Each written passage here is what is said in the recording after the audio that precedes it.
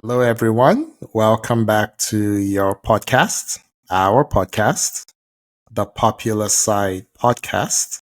As always, we have Yinka Yusuf Hello, people.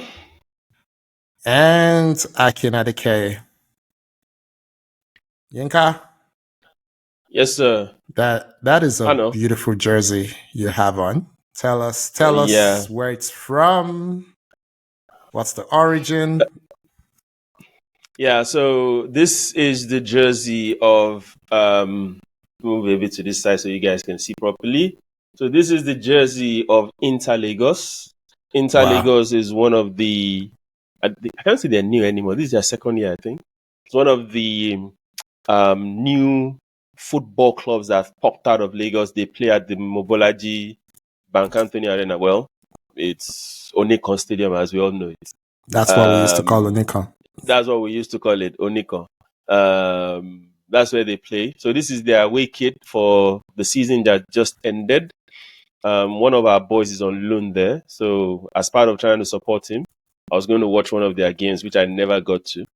But yeah, this was the jersey. They have another one, but this is the better one. I think this is going to be a classic. Yeah. This is actually my first time of wearing it, and I've had it for months now. But yeah, lovely jersey. I actually tried to get one for you, Akin, but unfortunately they don't have one. They don't have your size. So sorry, we can't. I don't know what you're trying to say, bro. I don't know what you're trying to say. We can't do Anko. That's I just said they don't have your size. It have been the smaller one. I didn't say it was the bigger size. I just said they don't have your size. My god. But yeah, it's a nice jersey. I love it too. How about you? I can see you're wearing. I'm wearing. Is this the new Arsenal jersey or the old one? No, this is last season's. This is last season's. Season.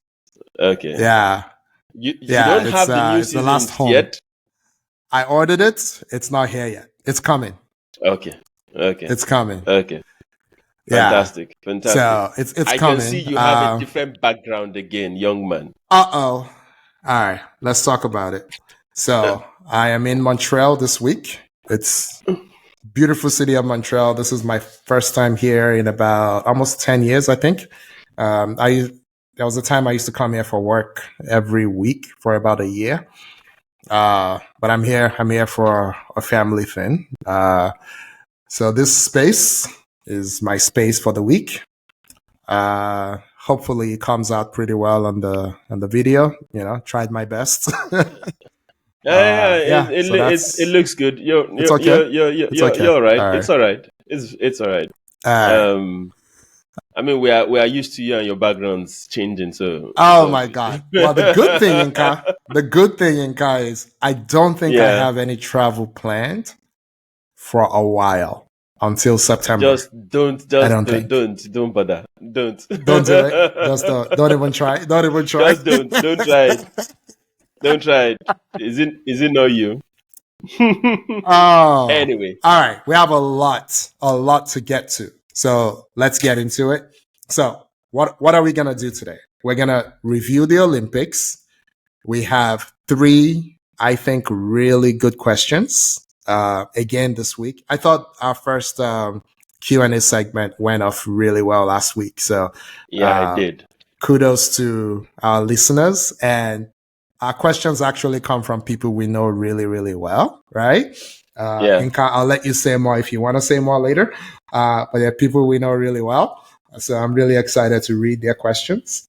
And then we'll talk about the football season is upon us, believe it or not. The championship actually starts, I believe, this week. No, I believe it's this week. Why you say next week? It's next weekend? The weekend that's coming up. Oh, yeah. So today's Sunday. But today's Sunday. Today's Sunday. So the Scottish week started this week. And the Belgian League also started this. In fact, Belgian League started last week. Yeah. But the Scottish League started this week. Championship starts next week. Then Premiership and the Bundesliga and the rest start in 2 weeks' time. Yeah. So, I mean, I really still feel like we just watched the Champions League together in Lagos. But believe it or not, that was about 10 weeks ago. That was mid-May. Are you serious? So the way time flies, it's crazy how time flies. Wow. Yeah, it was end of May. Today is Wow. 4th of August. We're recording on Yeah. Sunday, the 4th of August. So yeah, it's a little crazy. But Crazy. teams are wrapping up their preseason, and players who went deep into the Copa and went deep into the Euros are coming back to camp. I guess the only people missing will be players playing at the Olympics, and it's not a lot playing at the top clubs because of the Euros and the Copa this year. Even but most we'll of talk them about are it as actually well. back. It's just the Olympic guys that are still playing, that are not in. So, for example, for Arsenal, Saka and Saliba are back already. So, yeah, you ready? I'm ready. Let's go. So, where we started off from? Olympics? Let's do it. So, let's start with the Olympics, Yinka. So, if you don't mind, I would love to start with women's basketball, but a different flavor this time because we're not talking about the WNBA as we always talk about. We are talking about DTigress. Is that how you say it? The Nigerian national team? Fair enough. That's how you say it? Okay, I don't know how you say it. Yeah. It's the Tigress. Earlier today, the Tigress. Okay. Earlier today, they played Canada, which is funny because I was watching it on Canadian TV, right, on a Sunday morning. And the two Canadian commentators, Yinka, were in shock for that third quarter. So this is what happened. Let me quickly recap it for people. The Tigress went into so I think at the end of the half, they went into the halftime down 4. I think it was 40-36 Canada, something like that. And then they came out in the third quarter and they beat Canada 23-5 in the third quarter, which I don't remember the last time I watched a basketball game and there was such a blowout in one quarter, right? I mean, they held Canada to 5 points in a quarter. Now, for those who don't watch as regularly, FIBA rules, a quarter is 10 minutes, but that's the same in all women's sports anyway. In the NBA, it's 12, right? But still, it's 23-5. So going into the fourth quarter, the Tigress had gone from being down 4 to being up like 14 or something ridiculous like that. And then they ended up, there was a rally and they ended up winning by 9. But why was this significant? So Nigeria had won their first match. Who did they play the first match? It wasn't France. Australia? Who's the third team in the... Thank you. Australia, ranked number 3 in the world. Nigeria beat them. Nigeria lost to France. I don't remember the score. And then Nigeria beat Canada. Their points differential is only +1. So you can see some of their matches have been tight. It was only +1. But they're top of the league. They're top of the table.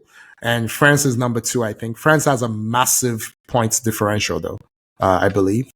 And Canada is out. And no one thought Canada would be out, having won 0 out of their 3 matches. So all the interviews I saw, the Canadian girls were just so distressed. There's a girl on there with a Nigerian name, I think Valerie Achonwa or something. She was basically crying on TV when she was interviewed. But anyway, so congrats to this team. Yinka, I know you have more to say about them, so please go for it. Yeah. So I was actually going to do a deeper dive into the coach and her history later on the worthy mentions.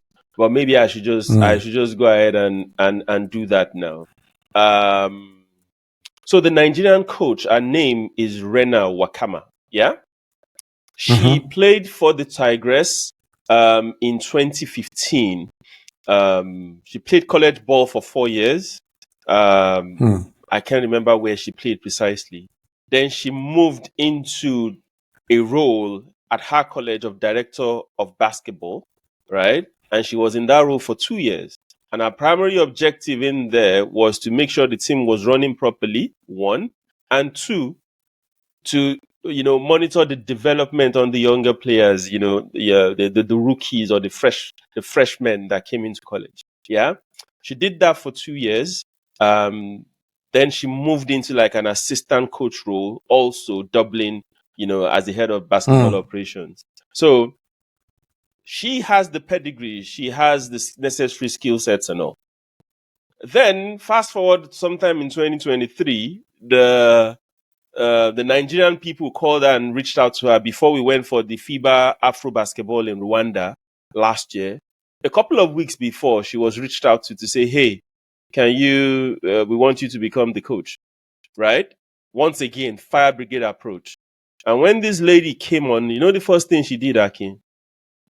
She threw open the camp and she said, you know what, guys?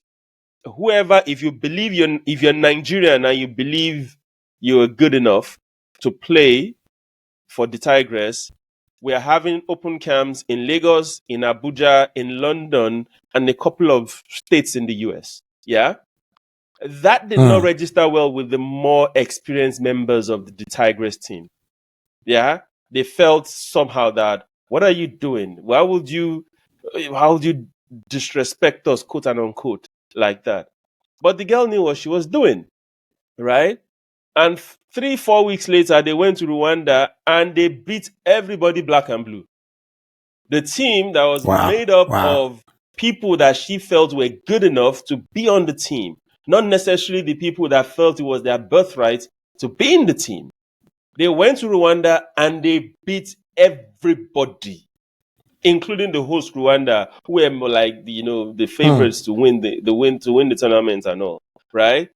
And she's done a fantastic job, as you can see. So it's that same team that has morphed into this Olympic team, and you have young players that are hungry, that are willing to be coached, and are willing to deliver. And you can see the impact. These girls play with no fear.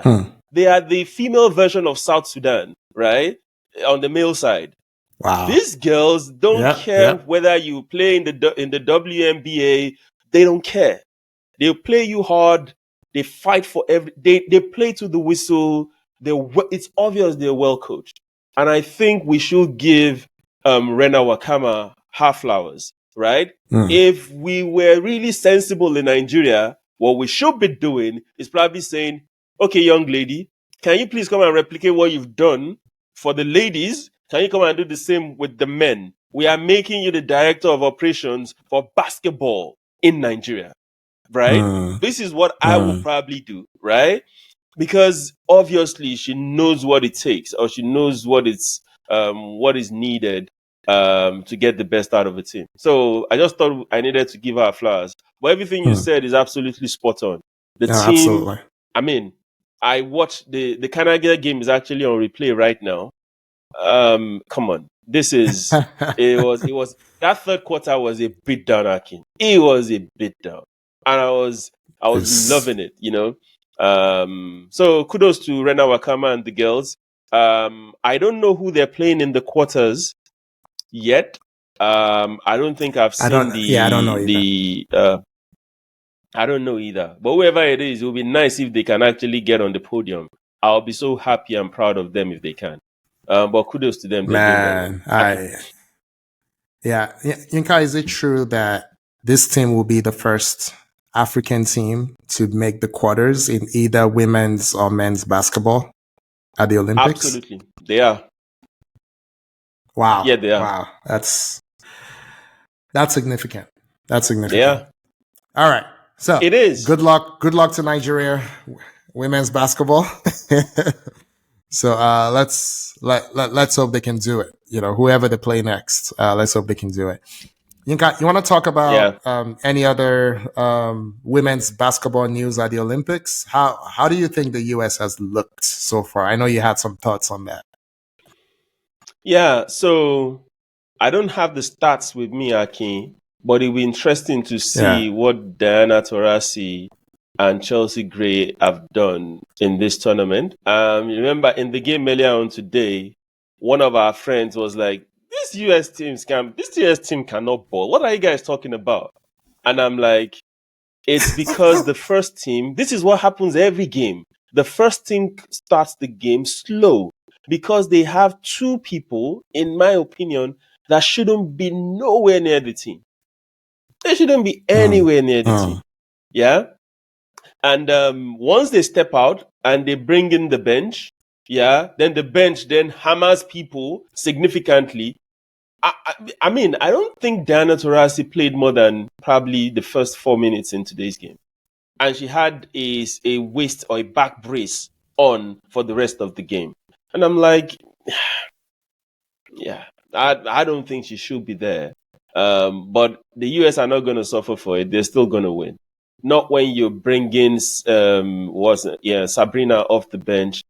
Not when you have Aja Wilson and Brianna Stewart. Brianna Stewart has been playing out of her skin. She's amazing. She's been balling. Herself and Aja Wilson, they've been balling significantly. But yeah, those two starters, Taurasi and Chelsea Gray, I don't think they should be in this team, but we've said that in the past. So, Yinka, I'm going to add, okay, so Chelsea Gray was the one who had a major injury and missed the first 6 weeks, I think, of the WNBA season. So when the teams were announced, when the Olympic teams were announced, she hadn't played a single game yet because she was still in recovery, right?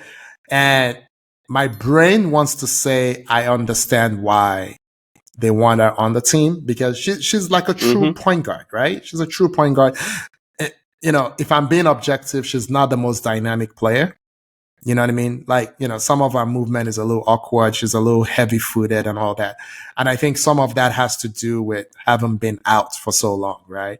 But this team, for some reason, values, cohesion, chemistry. We've been here together, all of that.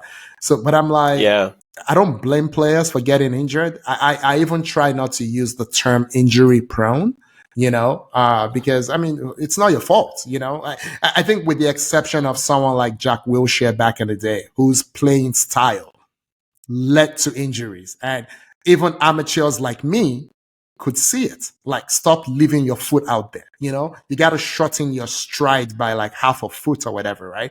But with the exception of that, I don't blame players for getting injured. But time and chance happen to everyone, Yinka. If the woman's injured, and this is America, the land of basketball, why is she there? So that's number one. Number two, Diana Taurasi is just slightly younger than us, Yinka. She's 42. What is she doing there? The first game they played, she played 15 minutes total. I think she scored 2 points. She made one shot. She had one steal. It was just so pedestrian and it felt indulgent to me. It felt unnecessary. Here's my thing, right? I in sports, I root for America. I've lived here since 98. You know that. But there's a hubris that I don't love about the American teams. And I'm like, no, your opponents will not send you a message when they're coming. Everything was good on the men's side until, was it 2000? When it wasn't, right? I think it was the Sydney Olympics.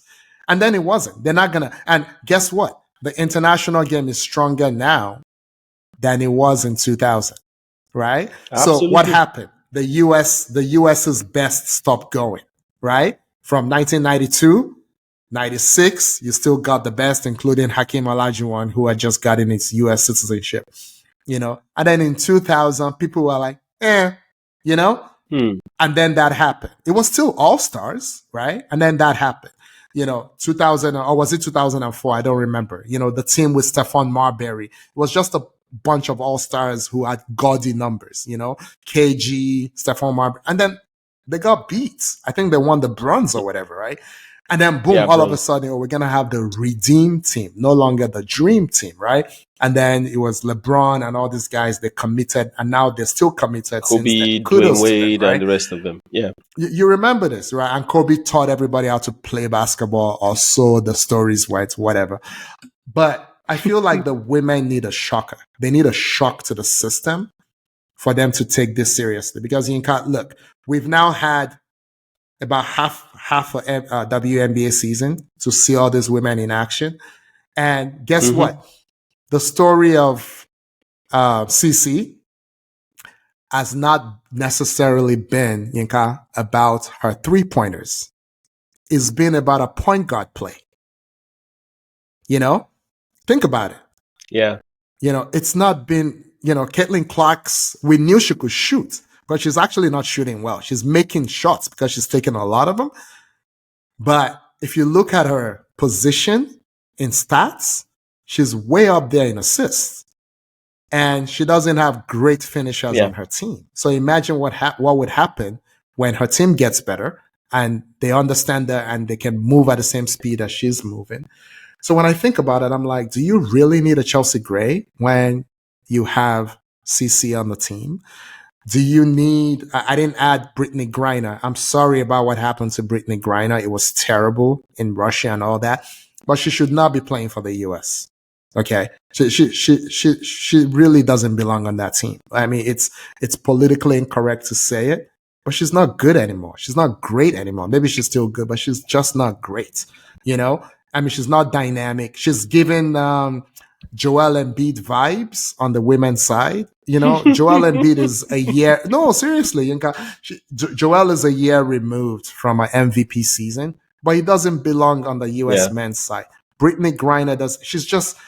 That team just looks slow. And then you think about Brianna Stewart and Asia Wilson. Asia Wilson is getting rebounds, moving people out of the way and just boom, and I'm like, that's what you want.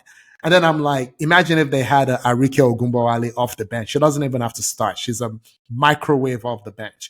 Imagine if they had Aaliyah Boston down low instead of Brittany Griner. Imagine if they had Caitlin Clark running point. Forget about the shooting. Like we're not social media, I don't know, hot takers, like we actually analyze this thing for real. Imagine if she ran points. So I think they're going to need someone to beat them to take this a little more seriously. And this becomes less about Diana Taurasi's legacy. Like this is not her daddy's or mommy's team. This is the national team. Like, what are we doing? Okay. Well said, I'm Aki. done. Something in me kind of wishes Arike could still play for DTigress. Yeah.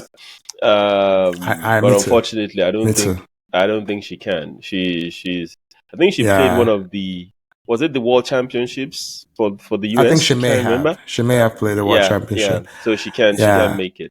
I think there's a way to Chelsea make a switch, a one-time switch. Oh, really? You remember the Ogunlike sisters tried to do it in 2021. It didn't work out. Why didn't they do it? I think there's a way to do it.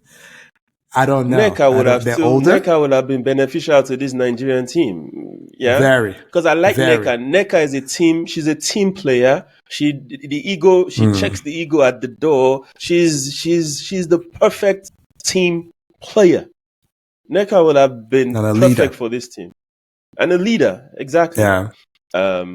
Anyway, let's move on, Aki. So, quick one on the men's side, which you touched upon.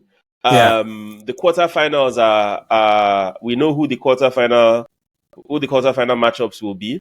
So it's Germany, Greece, right? It's France, Canada, Serbia, Australia, then Brazil, US. And whoever wins Brazil, US plays Serbia, Australia. Whoever wins France, Canada will play the winner of Germany, Greece. Now I look at this. 10 years, 2016, 20 years ago, this will have been. But every team here has one or two NBA players that you're scared of. Canada has Shea Gilgeous-Alexandra. Greece has many. Greece has Giannis. Germany has what's his name? The black guy that was on Lakers that turned down the $84 million. What's his name again? Yeah, Schroeder. Dennis Schroeder. They have Schroeder and they have these two brothers, this tall white Wagner, the Wagner brothers. Right? Wagner and then Tice as well. They have Tice as well. Yeah. And Tice as well. France, they have, Wemby and the rest. Serbia have Djokovic. Australia. I gotta tell her myself. So when I was the last French game I was watching. I think it was Germany versus France, and sometime in the third quarter, I look up. I'm in a meeting, but I had the game on and it was on mute, and I look up, and I believe Germany were up about 16 or something, and I said something to a friend of mine, to a group of mine, and I said it's crazy to watch Rudy Gobert be as useless, or as, I can't remember what I said. I think I said useless or ineffective in international play as he is in the NBA. So I just got to tell him myself. Go on.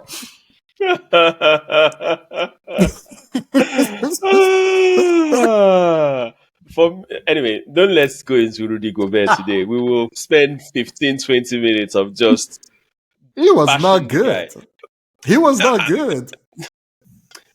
Anyway, see, I don't blame him, and at the same time, I blame him. Do I make sense? You have to blame him. Yes, you have to blame him. You have to blame him. Anyway, gosh. So that's basketball. Akin, let's flip to football now, and we start with the women's football again. Oh gosh. The star game was the United States Japan game. Did you watch that? Absolutely. So we were traveling. So I watched the first half of the first half, right before I left the house yesterday. Yeah. So please talk about it. Yeah.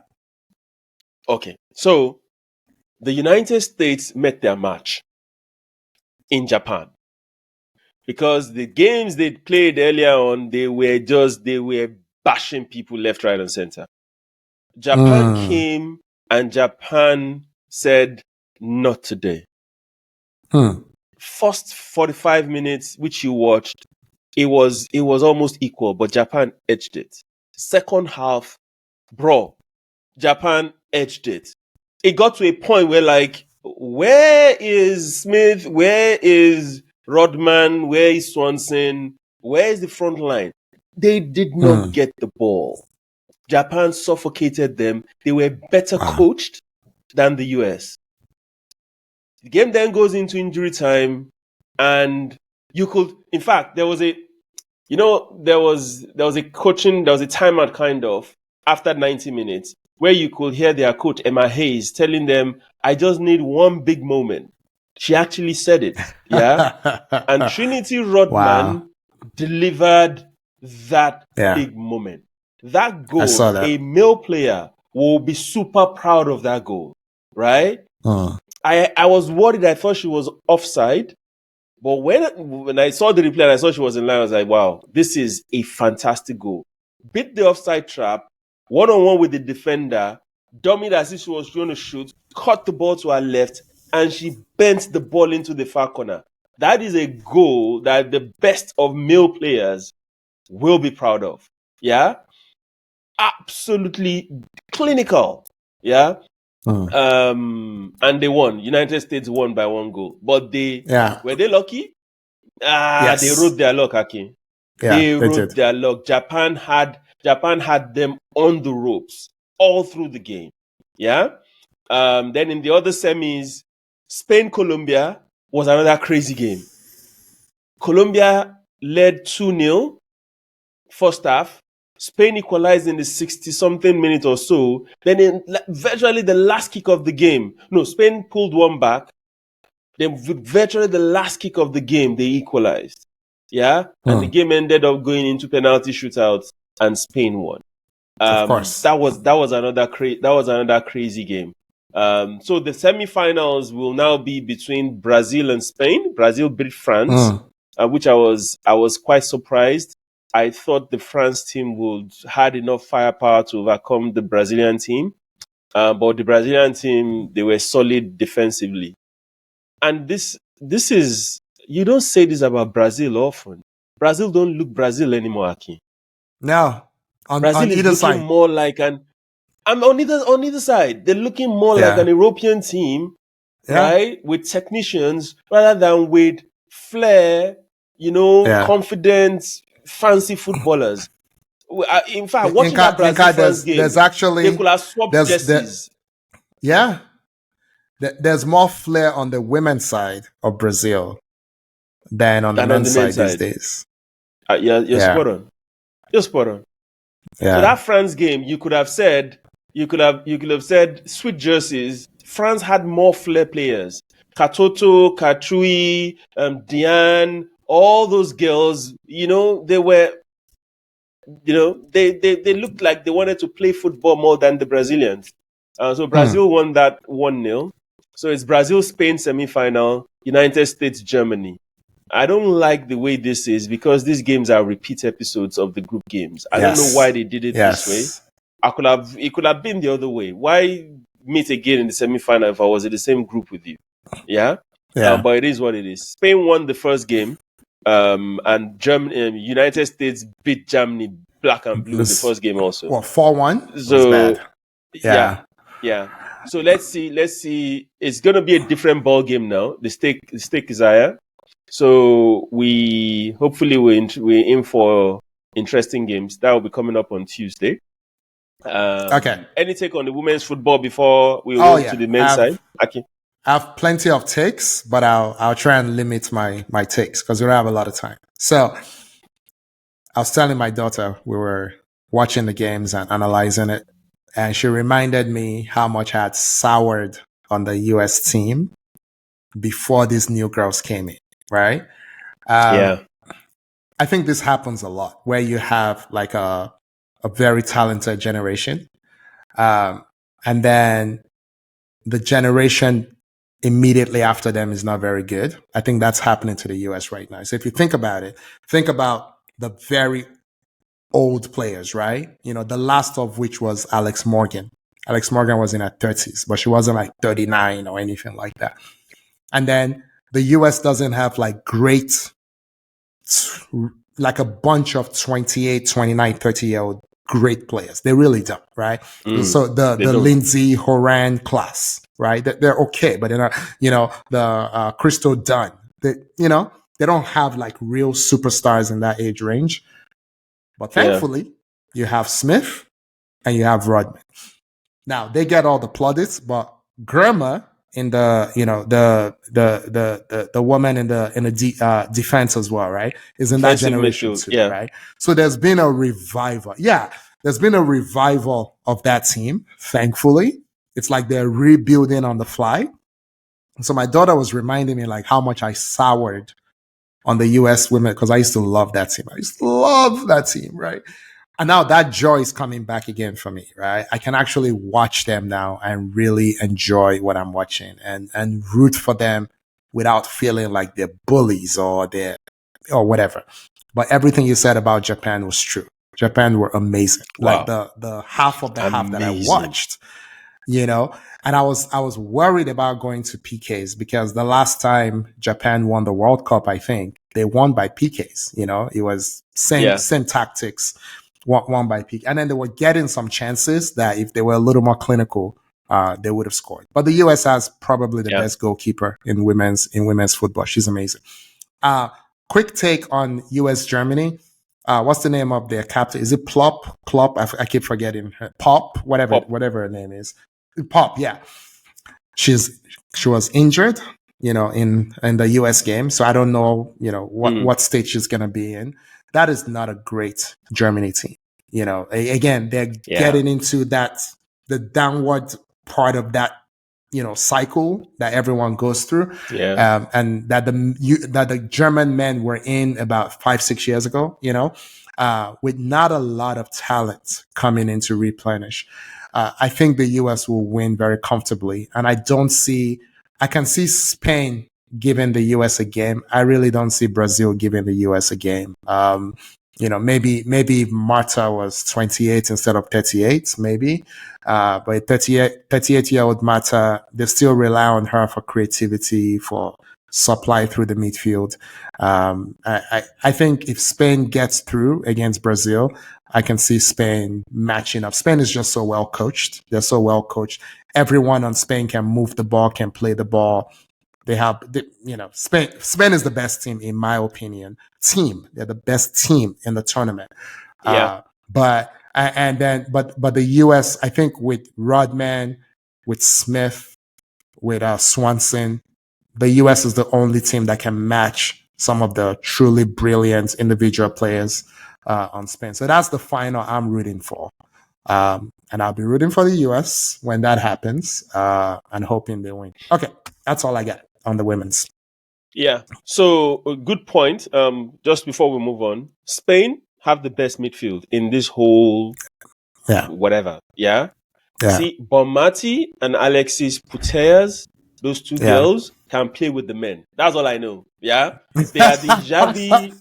Maybe Xavi and Iniesta comparison is too much. Maybe it's a bit much. Those two can play with boys, can play with men. I think they're more Iniesta and Iniesta, not Xavi and Iniesta. Exactly. Iniesta. Love those two girls. They're tiny, but their ball sense and their is not at the women's level. They are ahead of everybody in midfield. In attack, their attack is not that solid, frankly. I think US, that pace that the US girls have in attack and that finishing, that Rodman finish, I tell you, any guy that scores that goal will be proud. I'll be like, wow, that's a worldie. That's great. That's a fantastic goal. And she knew what she was going to do and she executed it to perfection. She knew exactly what she was going to do. So I'm looking forward to those semis. It's going to be quite interesting. Then, Akin, on the men's side, you predicted that Morocco might get on the podium and might win this thing. Yeah. They're good. They beat US back and Yinka, that broke my heart. That broke my heart because I think it was goalless at the half or 1-0 at the half. I don't remember if it was goalless or 1-0. They scored the penalty at the later, maybe like 44th minute of the half. You know, yes. Or something like that. Yeah. I'm watching it and I'm like, oh, the US is doing really well. So number one, let me talk about the US's team selection. I feel like the US wasted their 3 overage players. So I think it was Zimmerman, Mihailovic, and Robinson. They added, I think one of my friends said they added experience, but not creativity. And I totally agree with him. Yeah. So I felt like it was a waste because what that US team needed. Who could they have brought on board for creativity? The problem is the Copa. So, but I'll tell you how you get past that, right? I'll tell you how you get past that. So there is a brilliant US player. I haven't checked his age, but I think it's still under 23. You know who I'm talking about, Rena, who doesn't seem to be interested in playing club football. Yinka, it just doesn't seem to be interested in playing club football. So maybe go and beg that guy to come. This might be a way to rehabilitate him. He didn't play much at the Copa, as much as I thought he would play, right? Kid is brilliant, right? I mean, he was really good for Dortmund until one day he just got up and said, I'm moving to the EPL. I don't understand that kid. There's something going on with him I don't understand. But you can't deny his brilliance. At this level, at the Olympics level, they could have used him. In my dream, Pulisic, but Pulisic got a whole job to do at AC Milan and they were not going to release him. They were not going to release him. Then the other one would have been Musa because, again, Musa didn't play as much at the Copa. But again, he has a whole job to do at Valencia. So are they going to let him go either? So that's the problem. But I would have loved to have seen at least one flair player, you know, instead of 3, what shall we call them? You know, Henderson type players. Yeah. I'm sorry, Liverpool fans. I'm sorry. I can't help myself. So anyway, so that was my problem with it. But Morocco, oh my God. Like, okay. That was crazy. But let's move on. What was the other quarterfinal? France, Argentina was crazy. France, Argentina. Whoa. Take that. Go ahead. Okay. So for those who have forgotten, okay, what happened after Argentina won the Copa America? They got on a bus and started singing, let's just call it what it is, racist songs against France. Now, you might ask, why France? Because France plays in Europe. They were not part of the Copa. They were not invited to the Copa, right? But for some reason, France is still in Argentina's head. That's who Argentina beat to win the World Cup. Why that's not enough for you, I don't understand. So they decided to go racist and sing about the black players of France, saying, oh, they play for France, but their fathers are from Nigeria. No, their fathers are from Angola and their mothers are from Nigeria, which Angola, is their crazy mothers are because from Nigeria. I'm like, you can't even get your African country right. Nigeria was colonized by the British, so there's no Nigerian that plays for France. The only one that could play for Nigeria is Michael Olise, and he wasn't on that team. Yeah. But anyway, but The racism song doesn't needed to make rhyme, sense. so they Obviously, needed Nigeria in the song. I guess it rhymed. Anyway, so Yinka, what do you find at the Olympics? So you have this France team that is, let's be real, it's not brilliant. It's not a brilliant France team, but they're good. Yeah. Mateta scores a goal. I believe Michael Olise got the assist. They scored in the 5th minute, and then they could have scored more. They actually did score a second goal. Went to VAR, and then they called it back for a foul. I don't know what's a foul anymore. I don't understand. A defender slid tackle, right, into an attacker, and they ruled that the attacker had pretty much gone studs up against the defender first and took the goal back. I don't understand that ruling. But what was shocking though was Henry, who was the coach of France, ran down the sideline celebrating. Throughout the game, this guy, like Bade, who is a overage defender for France, was getting in the face. Every time he made a defensive play, he would get in the face of an Argentinian player. So these black players actually took this thing personally, and I loved every minute of it. I loved every minute of it. And Henry, obviously, look, I love Messi. For me, not best. My favorite players that I've ever watched in my life is Henry, Messi, so everything Henry does, I want him to do well. You know what I mean? So I've been talking about this France national team. And I don't care about France at all. I don't support them. I don't support black players playing for them. I don't give a single solitary toss about France. But I love Thierry Henry. And I see this as a vehicle, a palate cleanser for him to get a real job when this is over, like Vincent Kompany. That is my take on France. I'm done. Yeah. Yeah. And, the game, after the game, there was a scuffle, right? Plenty of scuffle. It went into the dressing room. Yeah. It went into the dressing room. Then after that, the fans just came back onto the pitch and they started celebrating. Yeah. But I'm like you said, I'm happy. The Argentine team, I don't know. The makeup of the team is somehow for me. Yeah. You had players that were, largely, I don't want to say, no, let me call them. They're not tall. Pedestrian? Yeah? Pedestrian? Yeah, pedestrian. They're not. The only player or the main player that I could see in that team is the one Ezekiel guy and what's his name? It's good. And the Man City boy.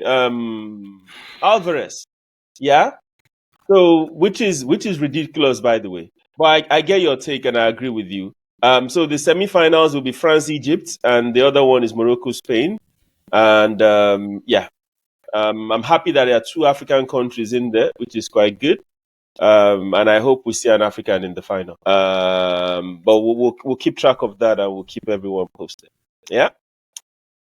Yinka, I have 2 things. So one Yes, is sir. I have not watched Egypt at all. Are they good?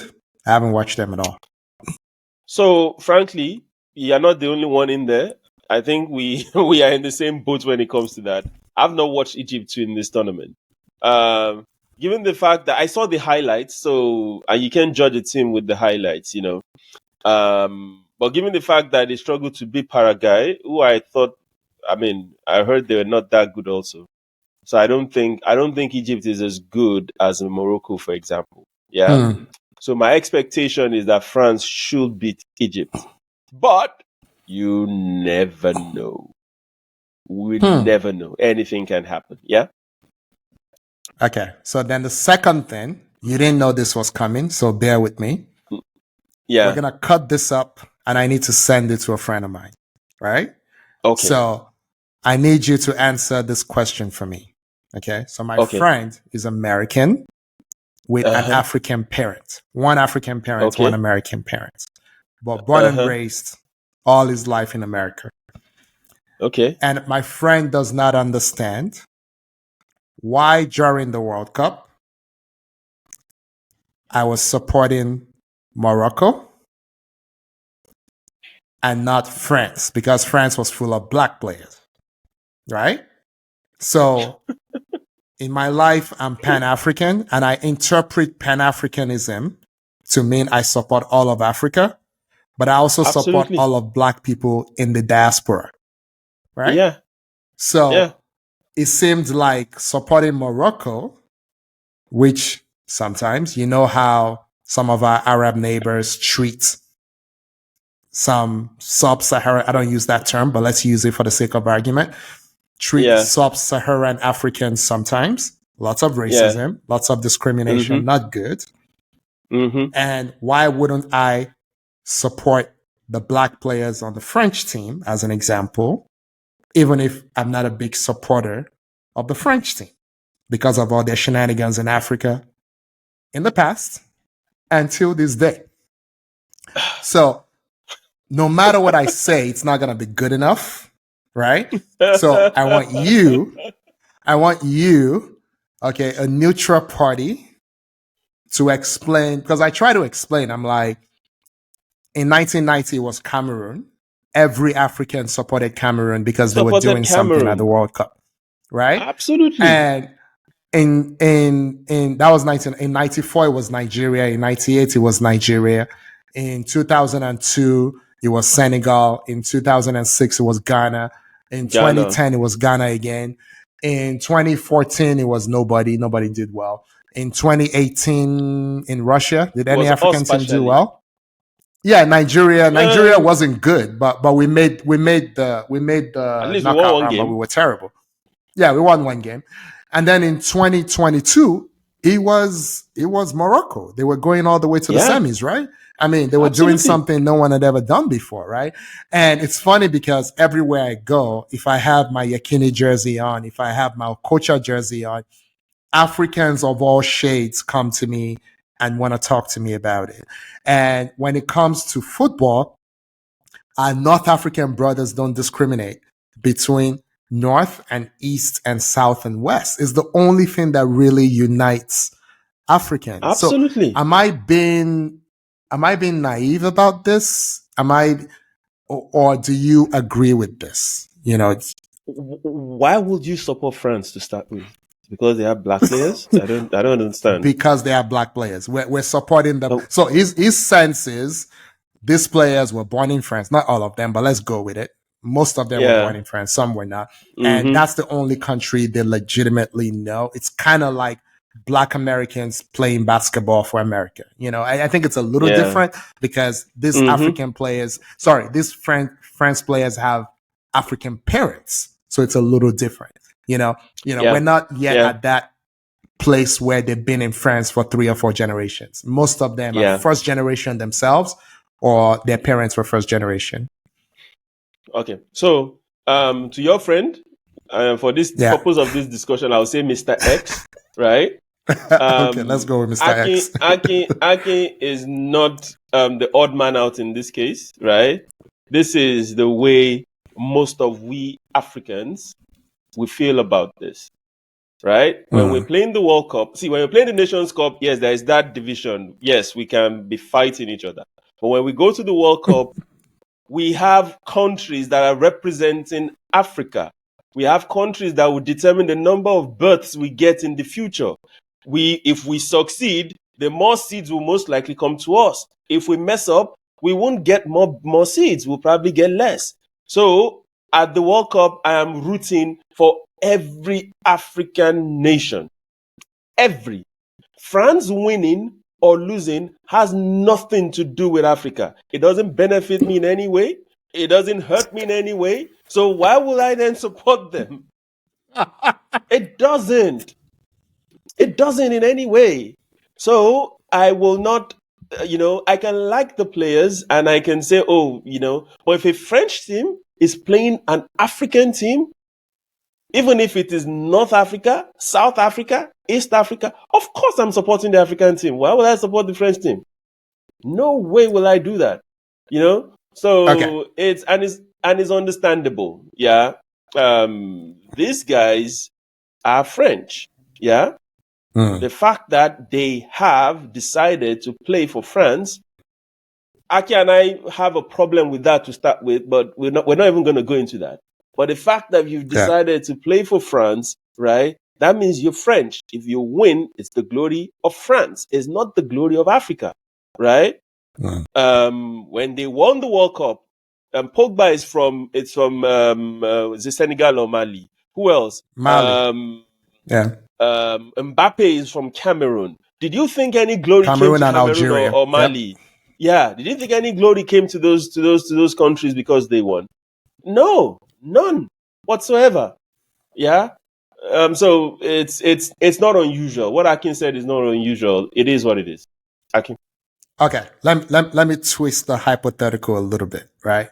So, Yinka, what about the real issue here? My friend is a very conscious person, and he understands when something happens to Black people in one part of the world, it affects all of us around the world. So in that way, he's also Pan-African, if that makes sense. Mm-hmm. So what about the fact that these North African countries, sometimes act as agents of Europe in stopping, again, I hate the term sub-Saharan, but in stopping sub-Saharan African from crossing through the Sahara Desert, through their countries, into the Spains and Frances and Italys of the world.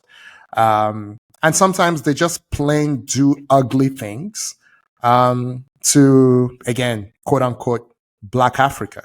And then what about the Sudan versus South Sudan, Sudan versus other regions in Sudan that are not all the way Arab?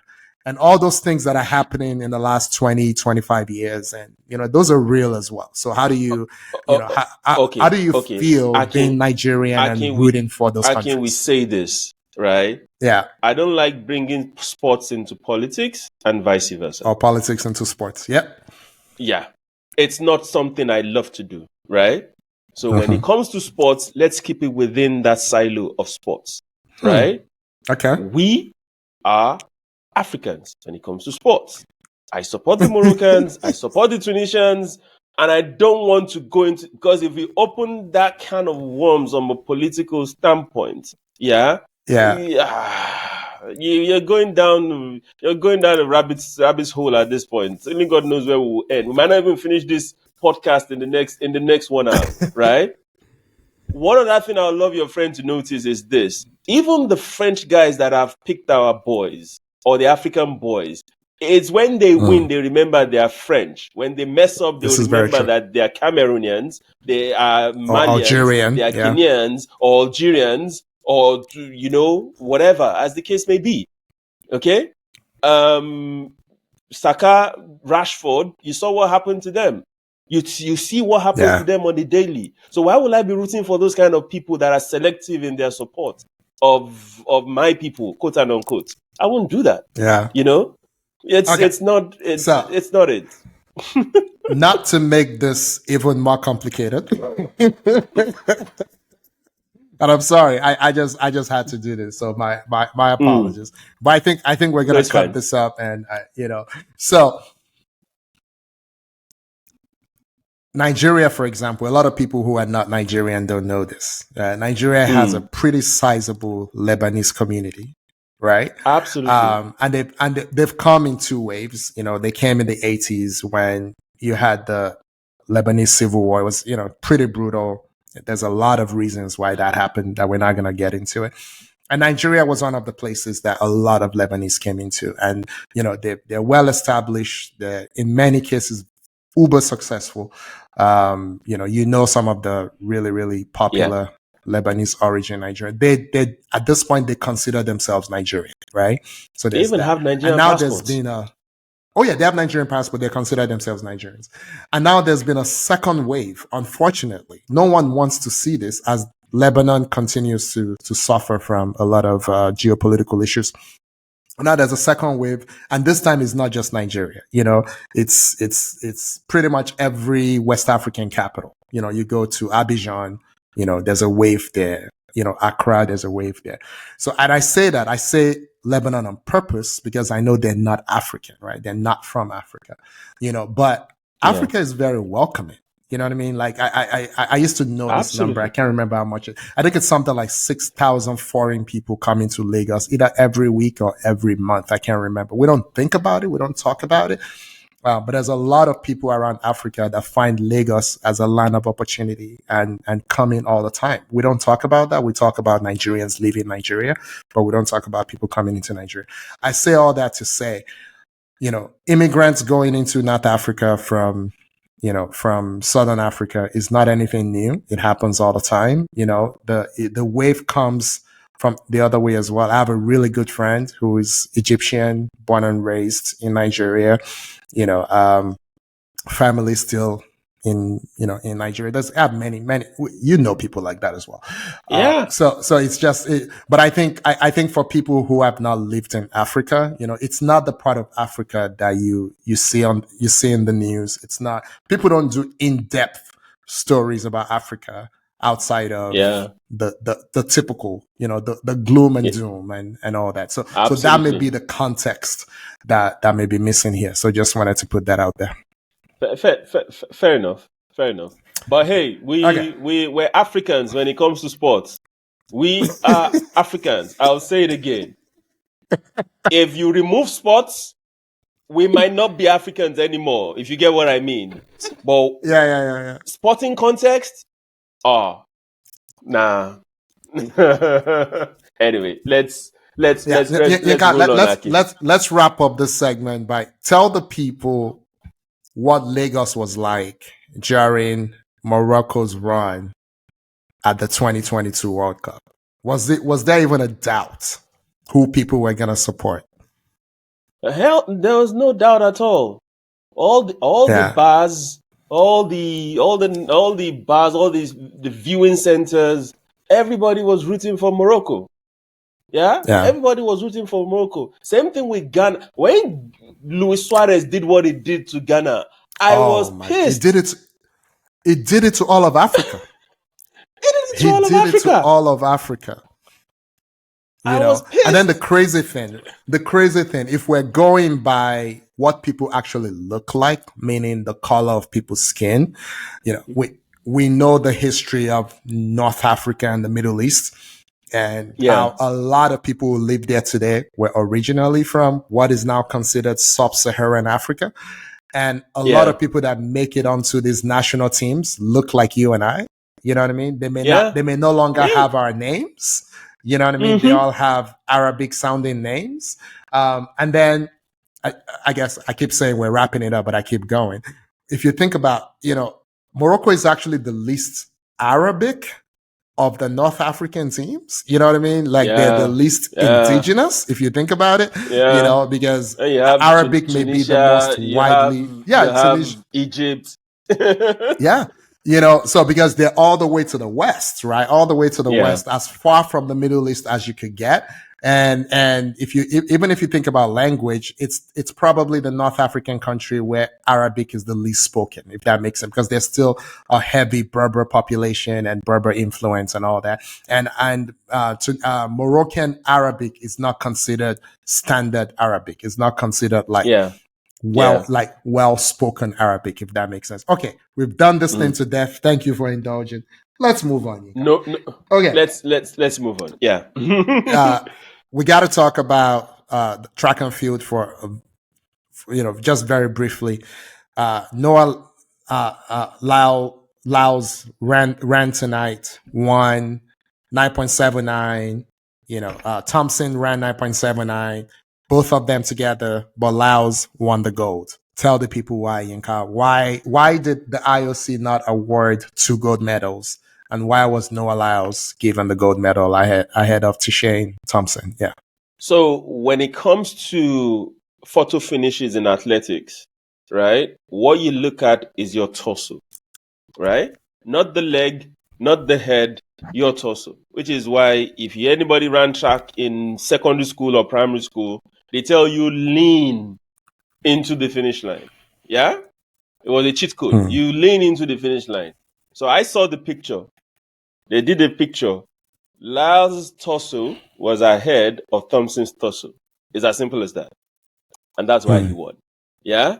So when people ignore basics, right? And they say, it doesn't matter, talent. Basics matter in sports. Yeah? Thompson lost today because he didn't do the basics. If he had did the same thing that Lyles did, he probably would have won. But he didn't. He thought he was comfortably ahead. But yeah, I saw the picture. Anybody you can Google it, you probably see it. Lyles' torso was slightly ahead of Thompson's torso, and that's why he won.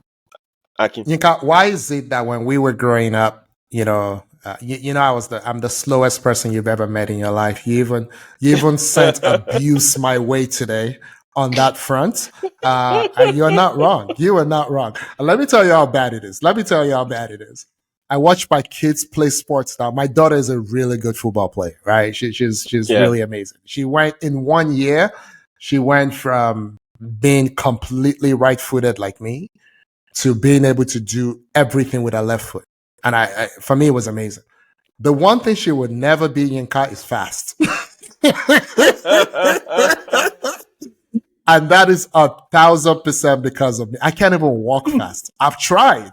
My hips just hurt when I try to walk fast. You know what I mean? Like, it must be like a muscle thing. It must be something about my hip. I am the slowest person I know personally. I'm not even kidding.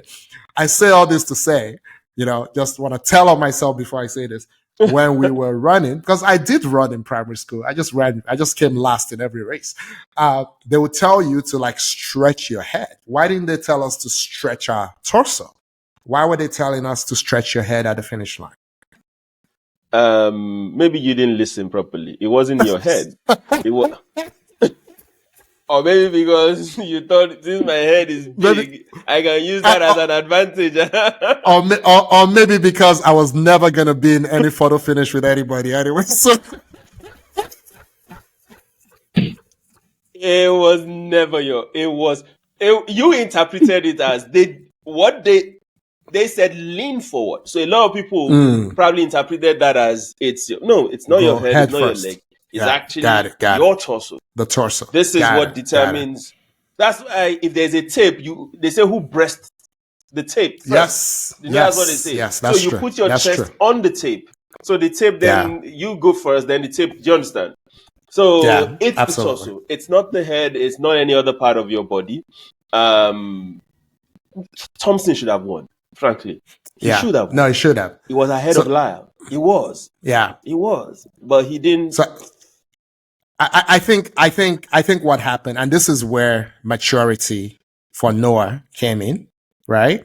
So he's been in bigger arenas. So again, I'm watching from Canada, and Donovan Bailey was in the studio. He's lost a lot of weight, by the way, compared to what it was when he was in 1996 when he won gold. So Donovan Bailey was in the studio analyzing it, and he said what I was thinking, which is, hey, this is not a diamond league. This is not the world championships. These are the bright lights. This is the whole world watching. And he thinks Tishane just tightened up just a little bit. I would go further and say that, well, this is the best thing that could have happened. Let's just be real. As a neutral, this is the best thing that could have happened. We've never seen anything like it. 8 runners, 7 of them finished under 9.88. 9.88 or lower. That is crazy. The 9.79 that won, Yinka, that was the Ben Johnson, dope 9.79 of back then. Yeah. Of 1988. That was the time that Ben Johnson ran with drugs, with anabolic steroids back in the day. So this is crazy that 2 people ran 9.79. The bronze medal ran 9.81. I mean, humans are just amazing, right? Amazing. But we also had the luck from our point of view. not luck from Tishane that they were not side by side. And this is where the maturity comes in. They couldn't see each other, but if you notice, Noah didn't look anywhere but straight. He didn't look left. Yeah. He didn't look right.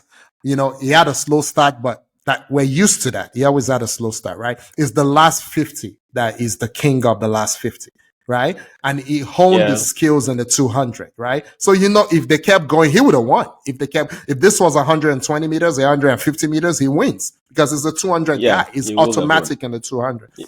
But the man, I was looking at this man's head. He never turned left or right. That's the maturity. It's like, I'm going to put in my best. I don't need to know what the man to my left or my right is doing. And he just did it. He executed this thing to perfection.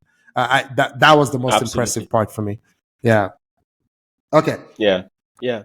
And just what you just said now, you could say the same thing on the female side for Sha'Carri Richardson. Yeah. Julian Alfred is the 60 meters indoor champion for a reason. Yeah. This girl flew off the blocks like a lightning bolt in the semis and in the final. Sha'Carri had the warning in the semis that this lady is lightning quick off the blocks. Yeah. Wow. I was expecting Sha'Carri to have a better start in that final. Yeah. Which she didn't. She didn't. And you just couldn't catch Julian Alfred, who, by the way, is going to be a demigod in St. Lucia, right? That's their first gold medal ever. No, that's their first medal. There was also one first medal of any kind? Ever. There's also one lady in the triple jump from Dominican Republic that just out of the blues jumped like 15 meters and she won gold with that first jump. And all the big guns that you thought were going to catch up with her, they just couldn't beat her. And she also couldn't replicate the 15 meters subsequently. It was her first jump, was her best jump, and she won gold medal based on that. And Dominican Republic also got a gold medal. But going back to Sha'Carri Richardson, silver is fine. She took it in good faith. I mean, she was gracious in. She didn't sulk. She didn't do anything, and kudos to her for that. But she needs to go. Herself and Lyle, they need to go learn quick start. You win races, big races, right? Based on quick start. Not everybody is Usain Bolt. Yeah. If you don't get off the blocks quick enough, you are in for it. You are in for it. Anyway. Yeah. So that's the tracks. Let's move on. Yeah, I think we've done the Olympics enough. So let's wrap our Olympic segment and then No. Oh, you want to talk about the more? Olympics enough? My bad. You didn't talk about Novak Djokovic. Do we have to? Dude, you have Does to. tennis talk about even belong in the Djokovic. Olympics? I'm kidding. Really? I'm kidding. Really? Calm down, bro. Guys, I'm kidding. There's a reason why he wants to avoid this discussion. It's coming in the questions. You don't have to do this. It's coming in the questions. Let's talk about it in the questions. Is it in the questions? Okay, let's talk about it in the questions. It's similar, though. The Pele question is similar. Okay, what do you want to say? Djokovic won the gold. He's 37 years old. He's great. He's amazing. He doesn't get injured. When he gets injured and other human beings take 6 months, he comes back in 3 weeks. He's the best defensive player to ever live. He's won 24 Grand Slams. Now he has an Olympic gold. What else do you want me to say? Okay, so we will probably pack this, but just to give you guys what do they call it in movies? A preview. I don't want to call it preview. A trailer, right? Of what's coming next week. I think we need to pack this for next week. Okay. Aki says that Djokovic, right? Oh, Lord. Djokovic is not the GOAT when it comes to tennis. Yeah? No, Aki, I don't want you to say anything. I don't even want you to talk about it in questions. We will pack this till next week. Yeah? We'll pack this till next week. Right? And Akin believes that Roger Federer is still the GOAT in tennis. So, Akin, next week, I'll just get my drink. I'll sit in this discussion and I will let you use your own mouth to tie yourself. But anyway, Nope. congrats to Novak Djokovic. I guess I'm happy for him. He's not my favorite tennis player, but you have to give it to him. Yeah, he's just something else. He is something I'm else. happy for Andy Murray, who came out and did the best he could. Okay, and is gracious and is a great professional. Okay, and he's been through the most horrific injuries, and it shows the triumph of the human spirit against undeniable odds. Good luck, Andy Murray, whatever you decide to do in your life. Murray.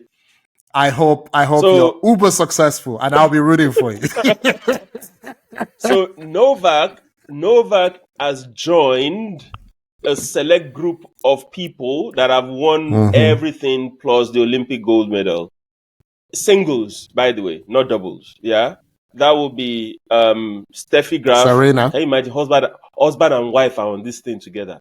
Andrea Agassi, Steffi Graf, Serena Williams, Rafa Nadal, and now Novak Djokovic. So those 5, they completed. They call it the Golden Slam. I don't rate the Olympics tennis tournament as much. But we'll leave that. I know why.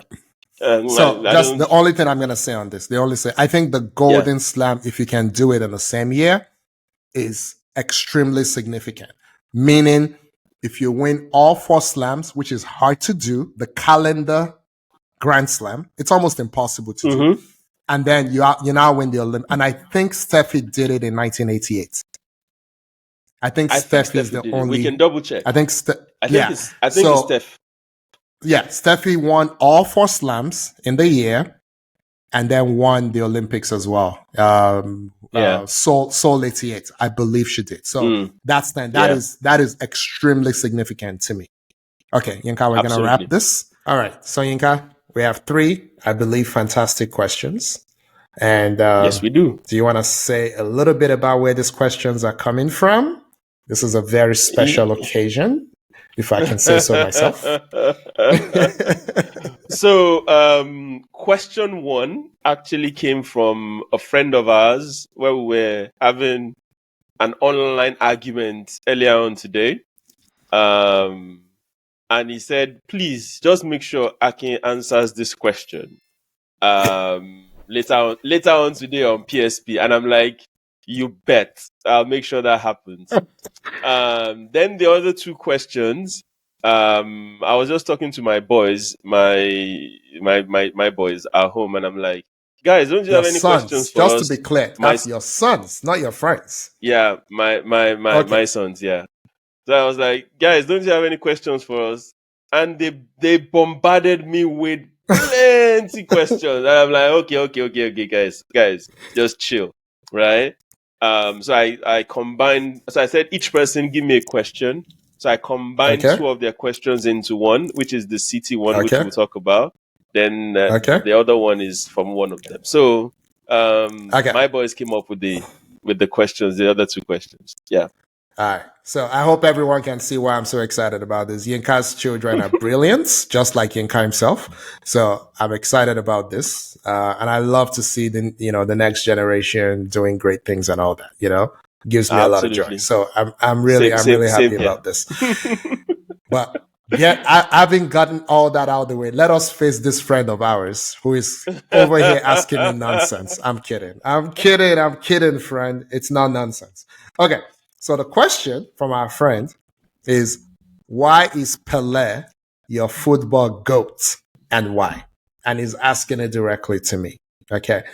I guess my question is, why isn't Pelé yours? Maybe you should go think about it. So let me give everyone a background of where this question is coming from. So this is a guy who thinks football started and is going to end with Messi. Okay. And I say this as an extreme fan of Messi, right? How much of a fan of Messi am I? When the Argentina-France thing happened, the racist singing, the only thing I could think about is, God, please let Messi not have been on that bus. And when I read from a credible source that Messi called the team together and said, no shenanigans, he warned them, no shenanigans. And then they went off in the bus. He was not on the bus. And then they did shenanigans anyway. I wasn't happy about it, but I was relieved that Messi wasn't a part of it because I love Messi, right? But I cannot sit here in good conscience and say that Messi has erased Pelé as the greatest of all time. So, Yinka, I'm not going to dance around the question. I'm going to tell you straight up. Number one, the concept of a GOAT is an American thing. And I say that exactly. You can see my face. You can hear my voice. I say it in a derisive fashion. There's a lot of things that are great and fantastic about America and selling American culture to the world. There's a lot of things that are not. Okay. This is the Kardashianization of sports. I blame America for that. Because I don't know what the hell does great mean? There's no real definition from it from an objective, quantifiable point of view. What's great? You know, it's very subjective, right? If you and I take a math test and you get 99 and I get 99, 99 is 99. I don't know what great is. What's great? Is 75 great?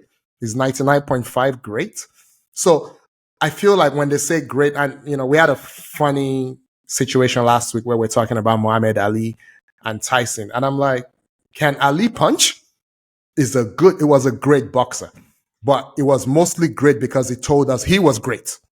I don't appreciate people who sing their own music and, you know, blow their own trumpet or whatever. Like, have some humility. Muhammad Ali was not humble. It was great in many ways. It was, I told you today, Yinka, is the most consequential athlete since we started recording things down.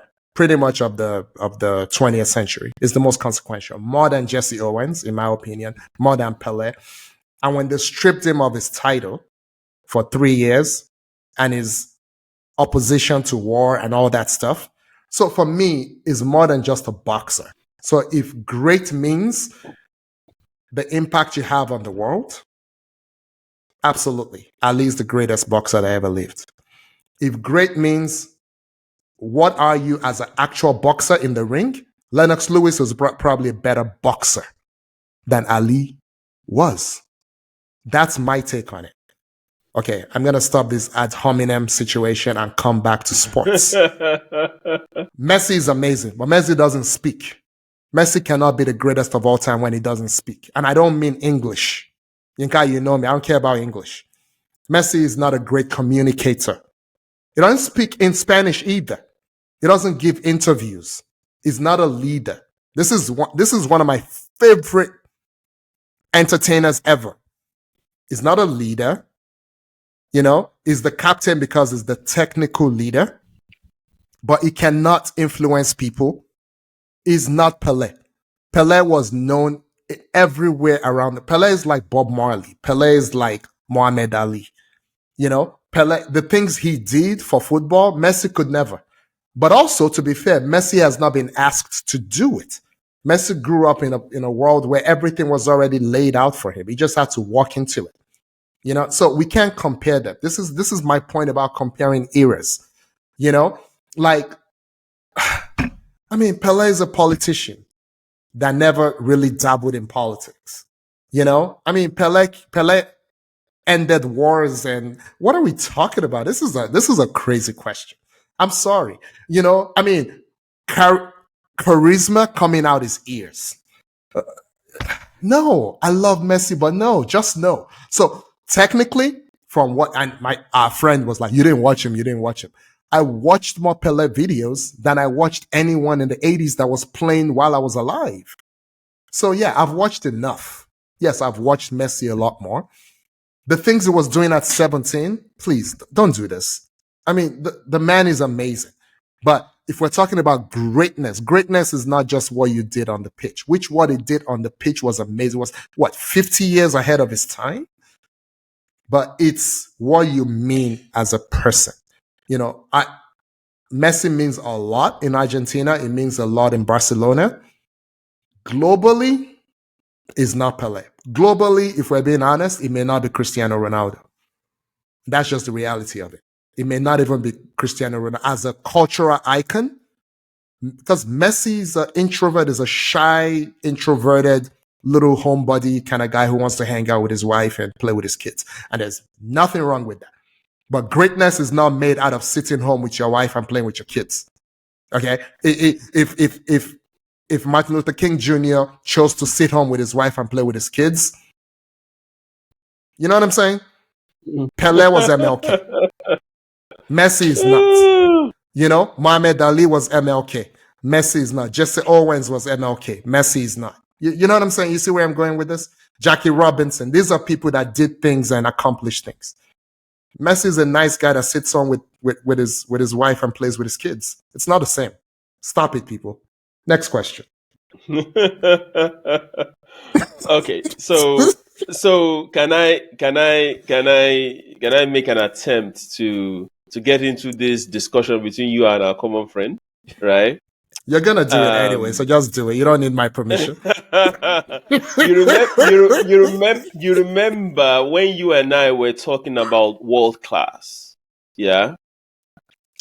And we ended up on your definition of world class is different from my definition of world class, and I might eventually agree with your definition, right? So I think this is going back to the issue here is how you define greatness as against what exactly, we're talking about. Yeah? Because the issue you and I had with world class was you considered world class to be something else, and I considered it to be something else, right? So when we come down saying this player is world class, that player is world class, we were going against each other. But once you told me your definition of world class, right, and I can say, hey, okay, if that's your definition, then this guy is.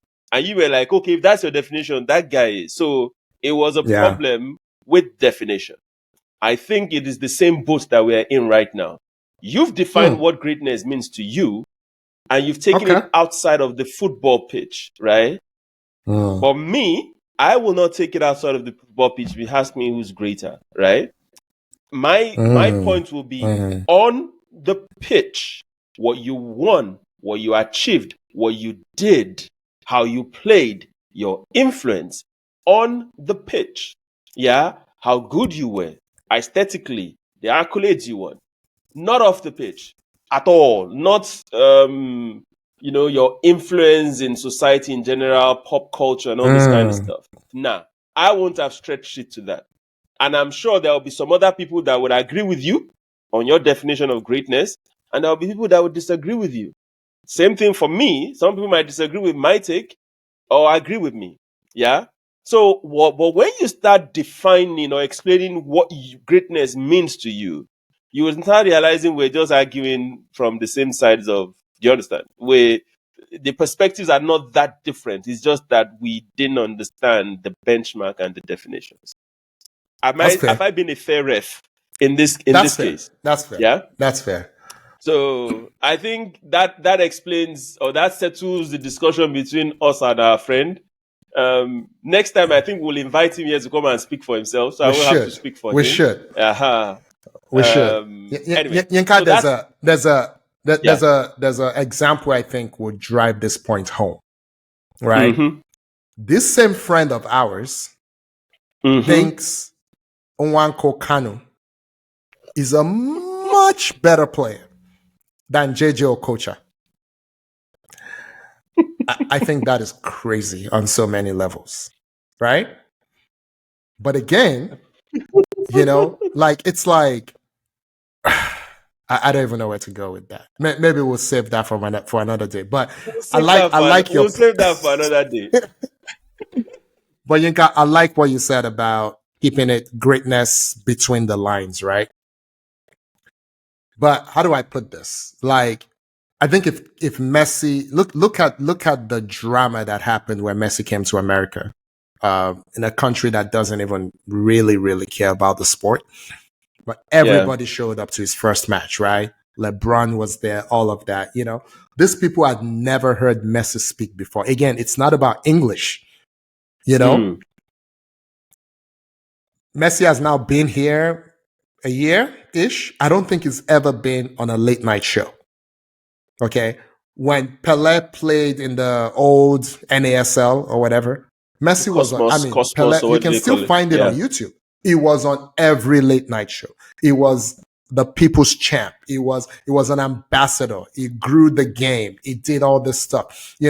People thought it was crazy then. Because of him,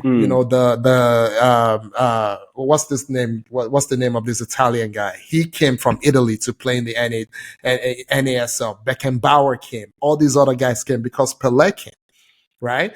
And the NASL was nowhere near as established as what MLS is today. They couldn't pay them what MLS is paying today, right? Yeah. But they came here just because of this guy. His English was not great, but he insisted on speaking it, right?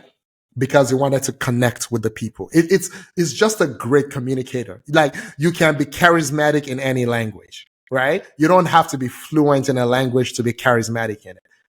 Like the language you use to express yourself, it doesn't that's not necessarily what makes you charismatic. What makes you charismatic is what you have within you. Like, I don't have to have studied psychology to know that Messi is an introvert, and there's nothing wrong with being an introvert, but it also means you're probably never going to be president, and that's okay. Messi's not going to be anybody's ambassador to anything for anything. He will sell some products, but Ronaldo will always be a bigger pitchman. Ronaldo is a showman. Messi is not a showman. None of this is wrong. It's just who he is. Maradona is a crazy, wild person. But Maradona is charismatic as hell. So I'm sorry, before you can knock Maradona off his perch, you gotta come with a little something, because people will follow Maradona to the pit of hell because it's just so damn charismatic. So for me, greatness encompasses all of that. And it can't just be, I'm brilliant at my job. You can't be a technocrat, is what I'm trying to say. I'm the greatest in the world, which is my problem with Djokovic. But that's a problem for another day. Okay? Yeah, like, he's a technocrat. It's not inspiring. It's not inspiring. This man said, don't take the COVID vaccine. Like, stop it, people. Do better. All of you Djokovic people. I'm going to need you all to do. The world was dying of COVID. And this man is leading people to hell with his nonsense. Just stop. So let's move on to the next question. Let's stick to the Pele discussion for now, right? And now that you want to stick. No. I'll leave the Djokovic discussion to next week. And now that you've now defined or you've explained what greatness means to you, right? I'm not going to knock you for that perspective, but that's not what I'm looking at. Well, thank you. Like I tell you, okay. I don't mix sports with politics or anything external. What have you achieved on the court or on the pitch? That is it for me. I don't do externals, right? How influential were you on the pitch? How did people start thinking of football differently because of the way you played it? Did people start thinking of basketball differently because of the way you played it? Did people start thinking, man, this guy, I need to serve differently because anything I throw at him, he returns it to me? Those are the things I think of. I don't care what your private lifestyle is. I don't care about all this kind of stuff. Just put it into perspective. But we will talk about that next week. Go to the next question, Akim. Okay. Just before I go to the next question. Okay. Go on. Now, I was going to ask you the next question. And the question was, who do you think should win the Ballon d'Or this year? But you can have your take before you then answer the question. Okay, so my take very quickly is, it just so happens that many times, not always, but many times, the best people between the lines find a way to become larger than life outside the lines. It doesn't mean they're all extroverted. It doesn't mean they're all charismatic. Sometimes it's learned behavior. Like Ruud Gullit has a presence when it comes into a room. Oh, okay. He was a tall midfielder. That helps. But he just always knew that I am something. You know what I mean? And you gotta have that thing. Ronaldo has that thing. You know, Messi doesn't. Messi like recedes into the background. You know, so a lot of it, like Jordan, for example, right? I know one of the few things we really agree on is Jordan is the greatest of all time in the sport of basketball. But a lot of Jordan's quote unquote greatness is off the court, Yinka. You know, it's off the court and is lasting.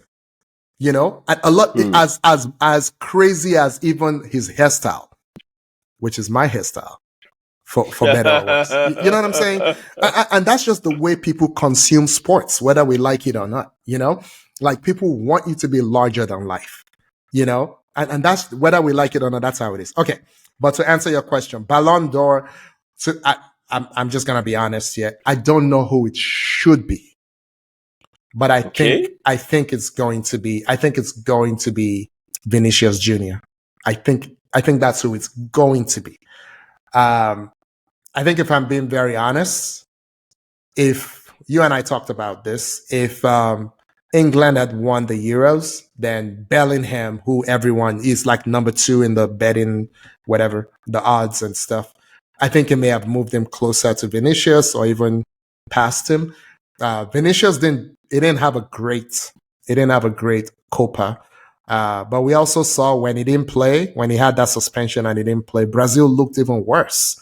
So in a way, he didn't play great, but without him, they played even worse. So I don't think it's done his chances as much damage as it could have. Now, what will be interesting though is how does Mbappe go in there affect him? But I think do they do year long now, or do they cap it at I think July they 31st? do calendar years. They do calendar years now, Okay. don't they? Yeah. Okay. So we'll see what happens. Yeah. Okay. So that's my answer to your question.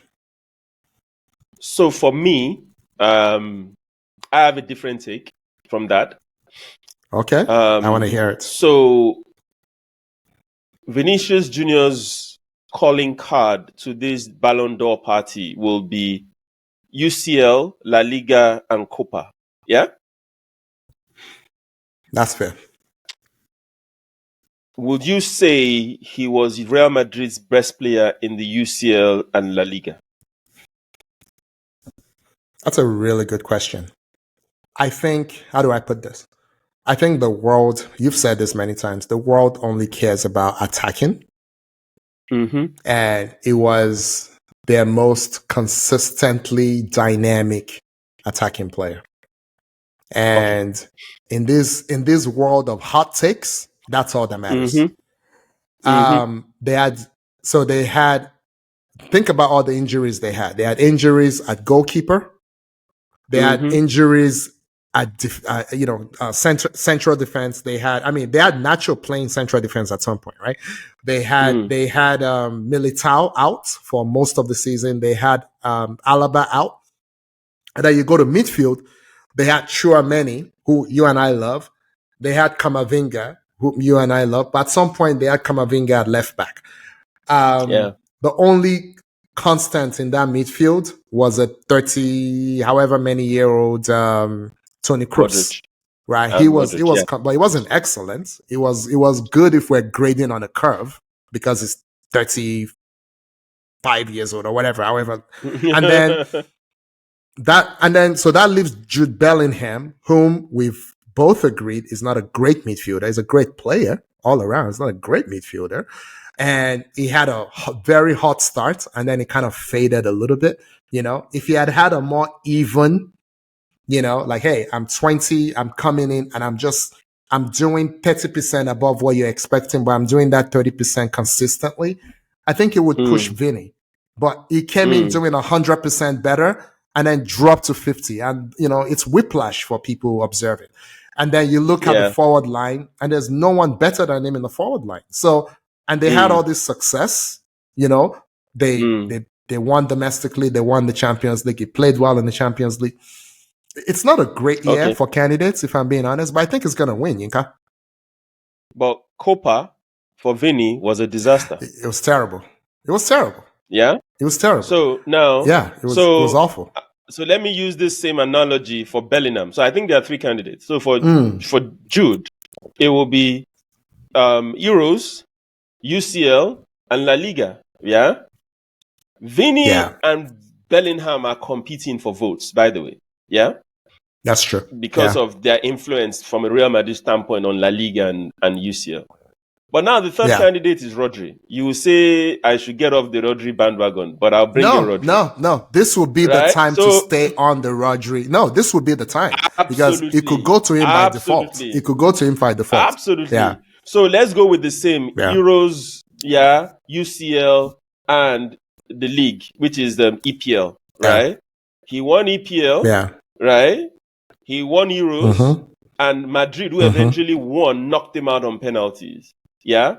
So unless you're telling me that UCL carries more weight, that is the only reason why either Vinny Jr. or Bellingham will win this ahead of Rodri. Only logical reason. But when it comes to these things, you understand what I mean. They will say strikers are more important. They'll give. But Rodri won the Euros, won the EPL, was knocked out on penalties by Madrid that eventually won. So it wasn't as if he messed up the UCL.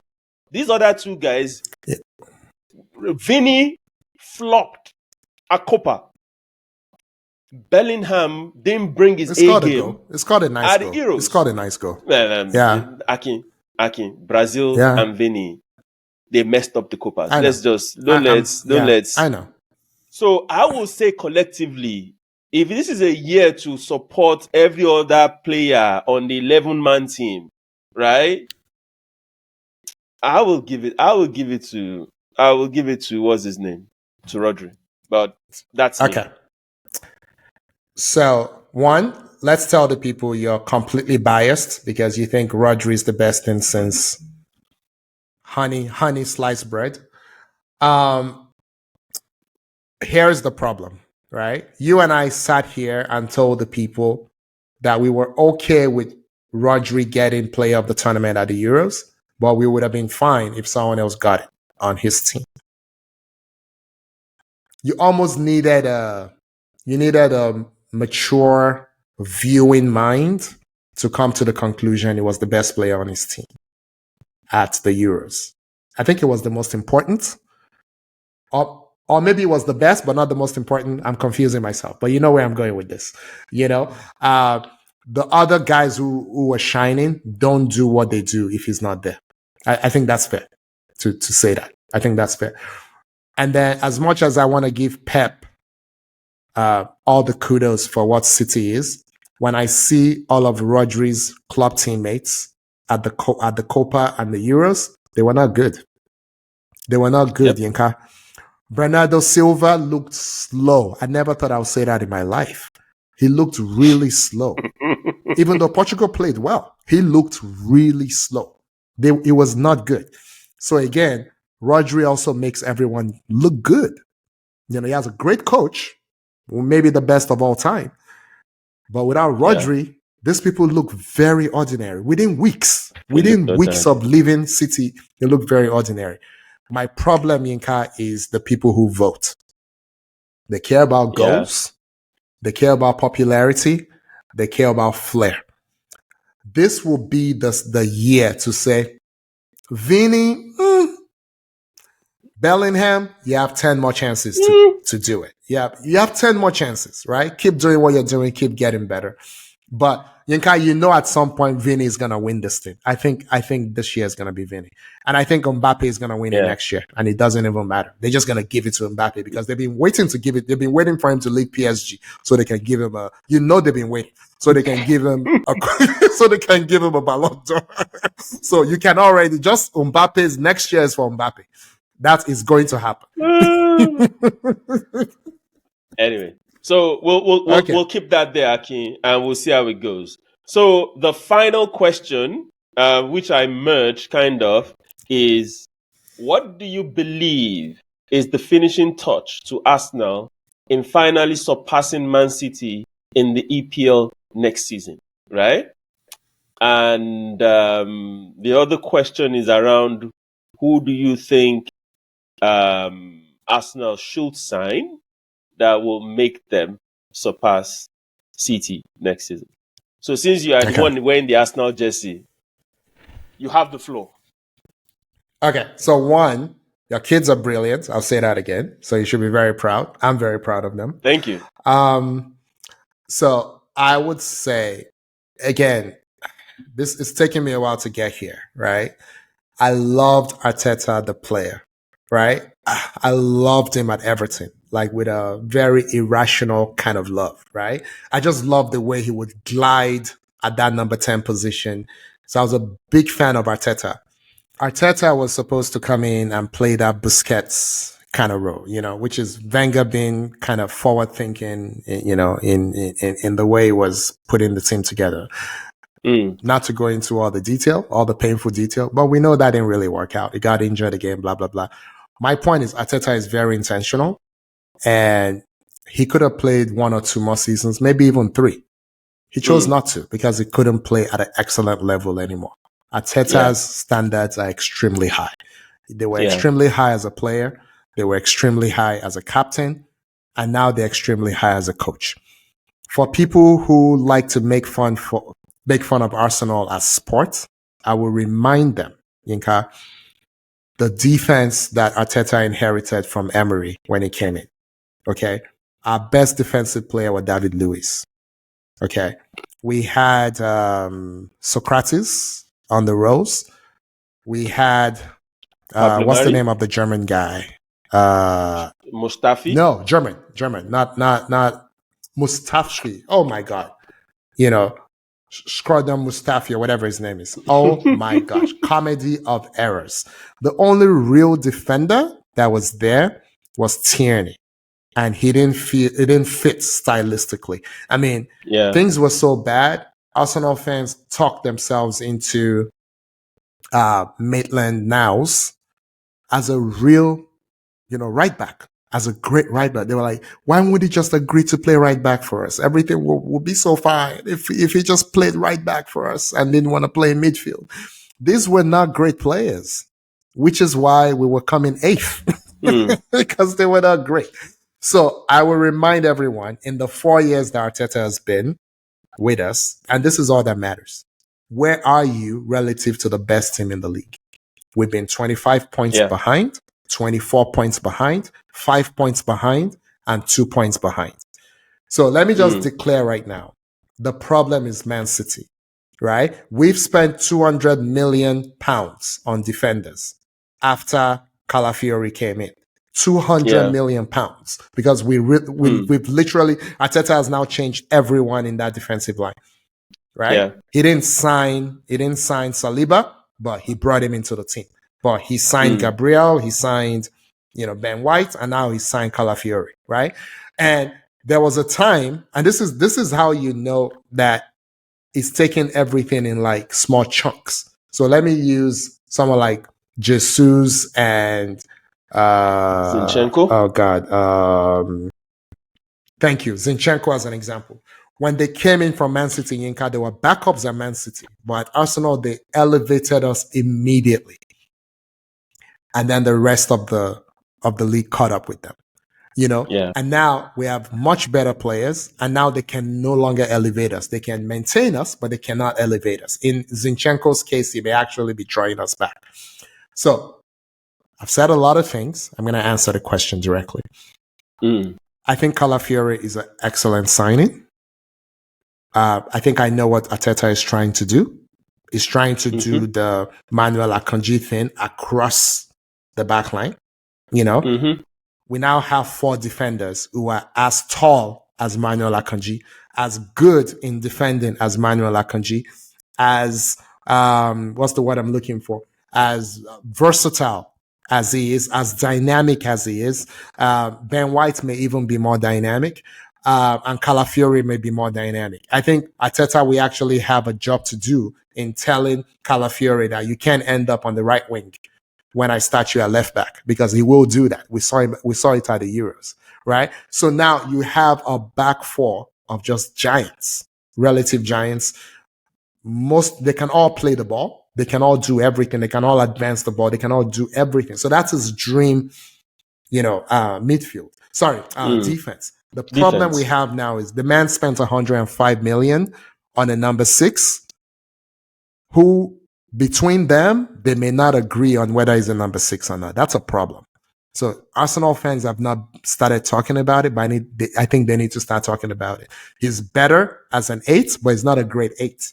So, and I'm talking of Rice. So do they take the time and say, you're a 6? I'm going to teach you how to be a 6 in my system. Or guess what? We're going to go from last season saying, oh, we could have paid 200 million and it would not have been enough. We're going to go from saying that to we wasted 105 million. Things happen fast in football.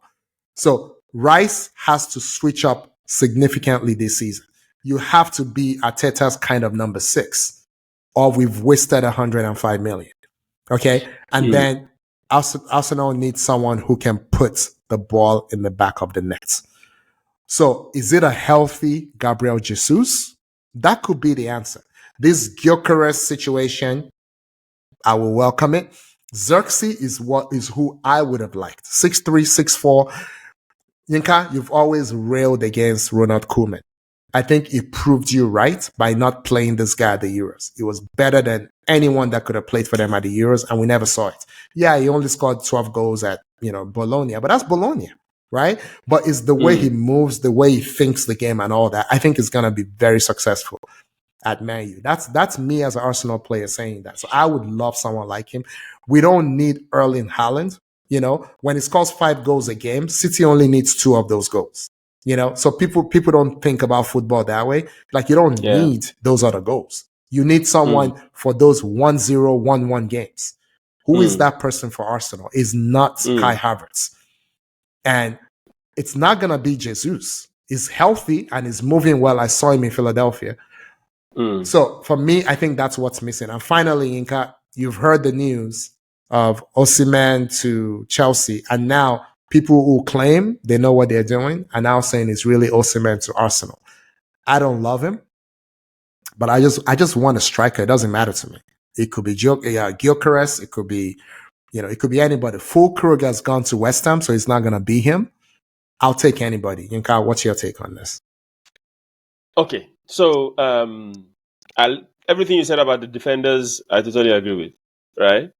I disagree with your take on Rice slightly. And okay, tell me more. The reason is quite simple.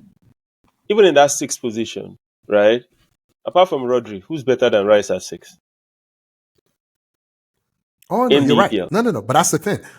The difference between him and Rodri may be the reason we're not winning. That's my point. Because City are so good. That's my point. But you can then get someone, right? Who are you gonna get that will play the 6 better now? There's no one else. And see, availability is also matters, right? I don't like Arsenal players that just say, "Oh, go and get that guy." I've told you this thing 1,000,001 times. For a transfer to happen, 3 things need to happen. Buying club must be willing to buy. Selling club must be willing to sell. Player must be willing to come. Right? It's as simple as that. If those 3 things don't happen, if 2 out of those 3 happen, the deal will not happen. Those 3 have to happen. So availability is also a problem. Yeah?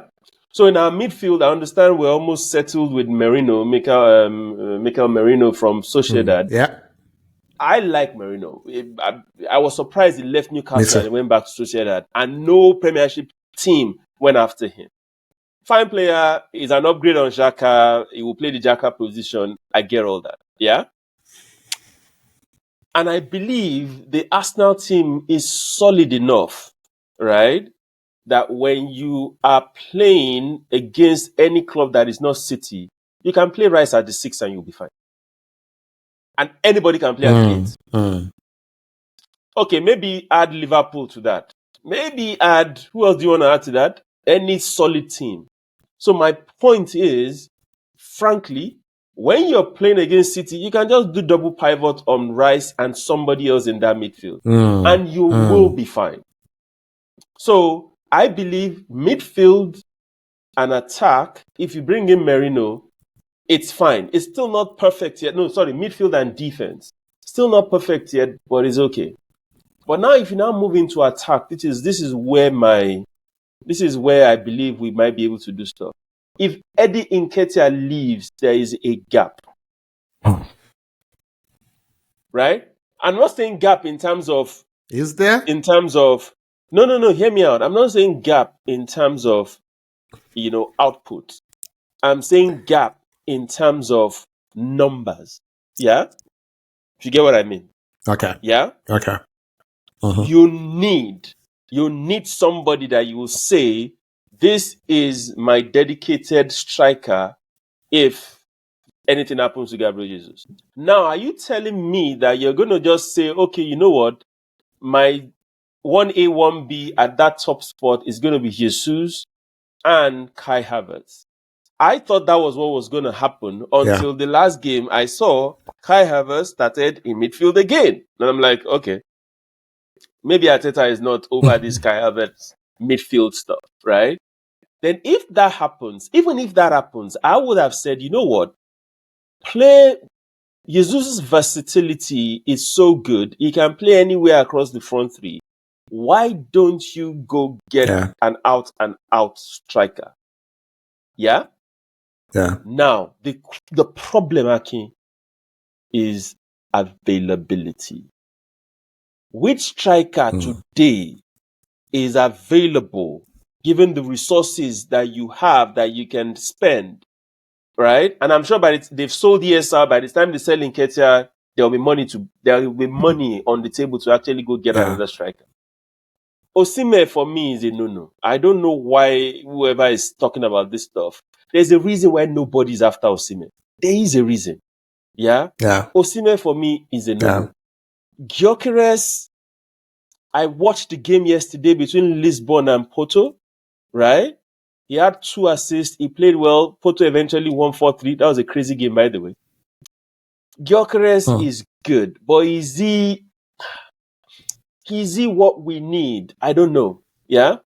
So I will trust Edu and I will trust Arteta to be able to work this thing out. Right now, I don't have an answer. I just believe, right, that there's an extra body that we need up front, right? And it's left for you to decide whether you want a wide player, right? So that you can then say, Havertz, you're dedicated, Havertz and Jesus, you're dedicated 9s now. Or you get a 9 and you say, Jesus, you will deputize on the wings from time to time. So it is left for Edu and Arteta to do something. But right now, all these people that you're talking about, Osimhen, Gyökeres, are they really going to elevate us? Nah, I don't know. I'm sorry, I don't know. It's not a guaranteed. No. That is the EPL winner that we're getting. Nah, I don't think that is. Anyway, that's my take. I think you make a great point. So when I think what the question is really asking is, why didn't we win the league last year? I think that's the real question. Kind of. Finished 2 points behind. A lot of people would say it was the Aston Villa game. Some might say it was the Fulham game, even earlier in the season, the Fulham game earlier in the season. Some would say it was the West Ham game, about midway through the season. Mm-hmm. I would say it was the experimentation at the beginning of the season. It was the Kai Havertz experiment.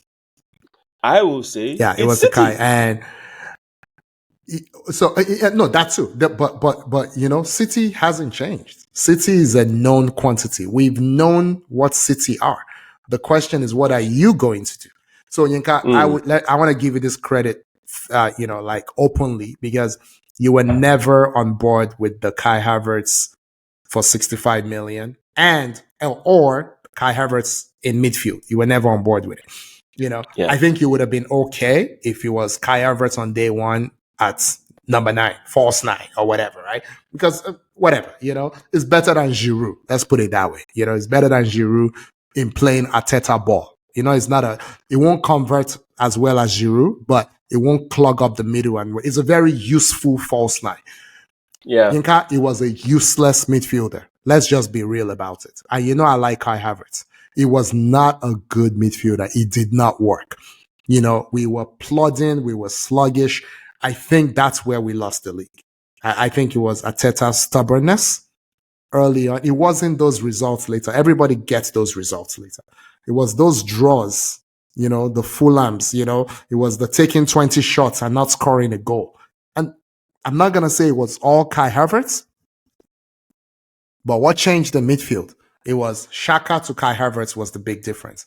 So that's, for me, that was City is always factor number one. Kai Havertz was number two.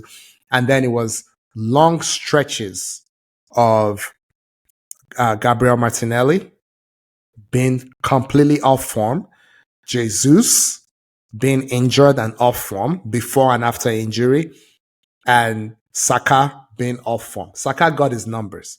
But I think at this point, we can just assume that Saka will finish every season double digit scoring, double digits assists. Doesn't mean he played well, doesn't mean he played as well as he could have. So, but he will always he's a productive player. I think we can just assume he's a productive player, but we need him to not just be productive. We need him to be influential. And half the season, it was not influential. People were not afraid of it. He wasn't taking people on. That's the reality of it. So I think City, number one, Havertz experiment, Jesus, Martinelli, Saka. That's why everyone else had to work extra hard too. And then Odegaard, 1/3 of the season, Odegaard wasn't good. So all of those things happened at the same time, and we finished 2 points behind. So right now, Odegaard looked amazing in Philadelphia. So that's the one thing I took out of that game. He looked like he was in mid-season form already. He was ready. So that gives me a lot of hope because Odegaard was on fire. Martinelli, on fire. He ran himself to the ground, Yinka. So, good segue. So, quickly, let's talk about that Liverpool-Arsenal game. You were there. Give us your take. Do we have to? Because the only thing I saw, right, was the only thing I took out of that game was that Thomas Partey should just pack his loads and go to Saudi at this point. Yeah. I would agree.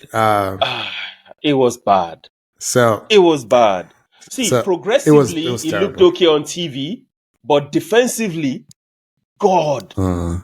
So you tell us, you were in the stadium. How was it? What did it look like? Okay. So one, I went with my daughter. We drove up to Philly. It's about with traffic, 2.5 hours, almost 3 hours. Without traffic, it should have been 2 hours, 10 minutes. The stadium was crazy. It was full. I think it was 69,000 people.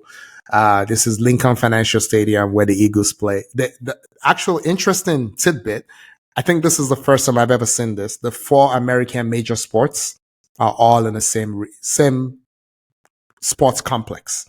So the Phillies, baseball, were next door to, Eagles, American football, NFL. And then the Flyers, hockey, and the Sixers, basketball play in the same arena. And it was right there. So you could walk, all of them were right next to each other. I thought that was fascinating. I've never seen like 4 sports in the same complex before. Stadium was modern, not like SoFi Stadium, but it was modern. It was nice. Getting in and out, the stadium was good. It was well planned. Getting in and out with your car was impossible. It took an hour to drive out. It was insane. It was just, that was not well planned at all. It was really, really bad. I think it was technically a Liverpool home game. So they were singing all the songs and whatever, but Arsenal fans drowned them out. There was a concert ahead of time. It was amazing. It was really good. Mohamed Salah is back. That was my biggest takeaway. I don't know if they're going to sell him to Saudi or not, but that man is back. He shaved off his head. Maybe that was what was holding him back last season. I think I have him down for player of the season. Yinka, he looked sharp.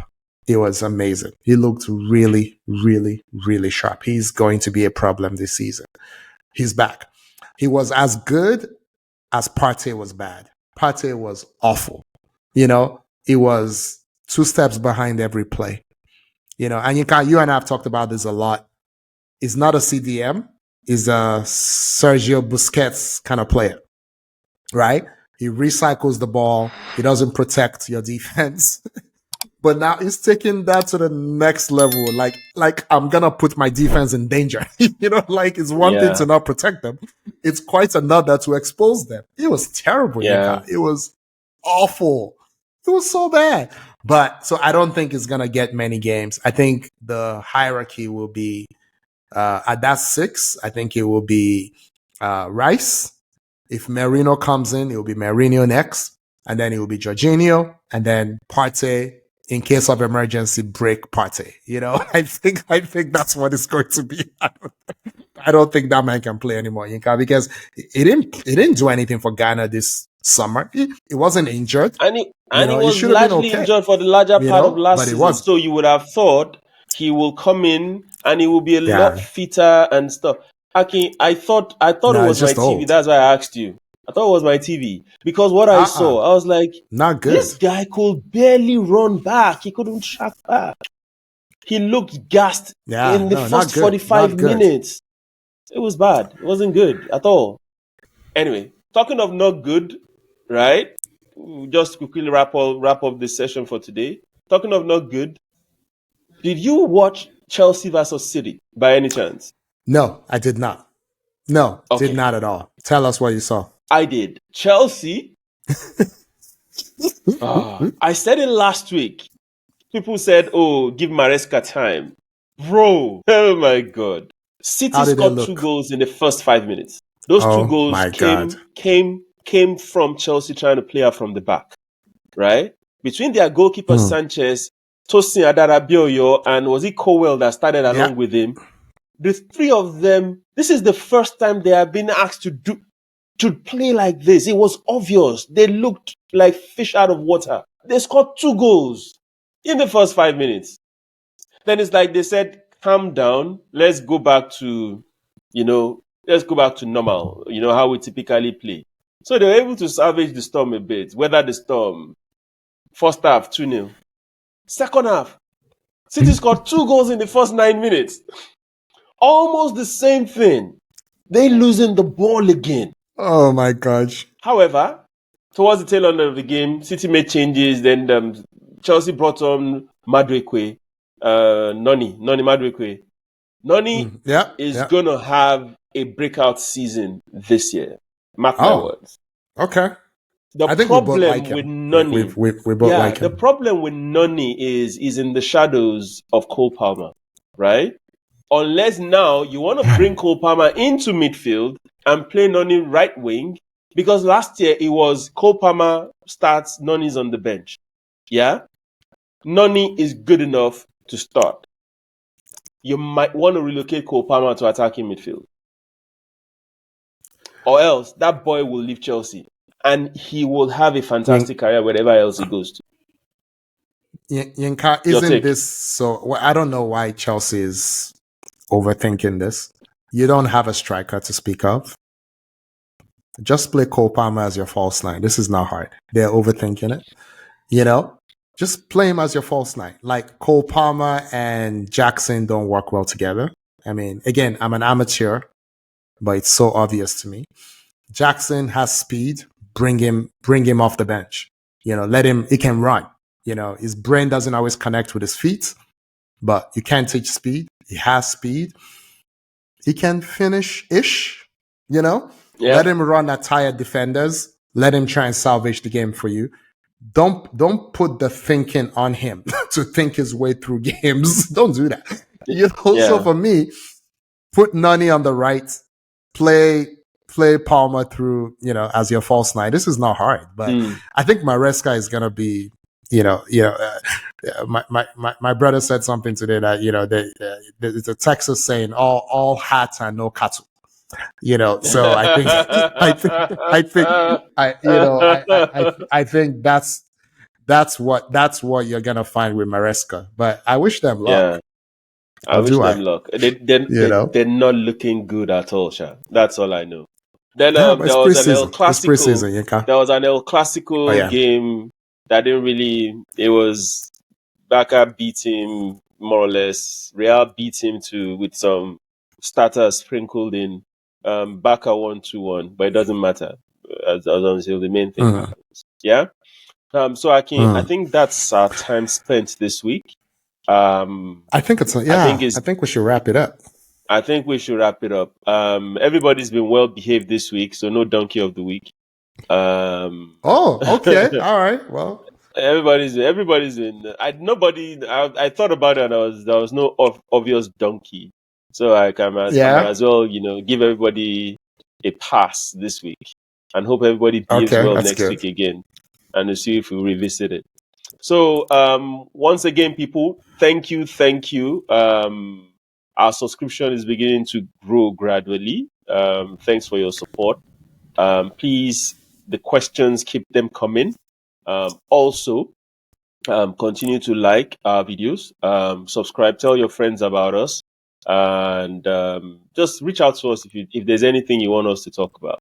And thank you for the support. Aki. Yeah, I think this was fun.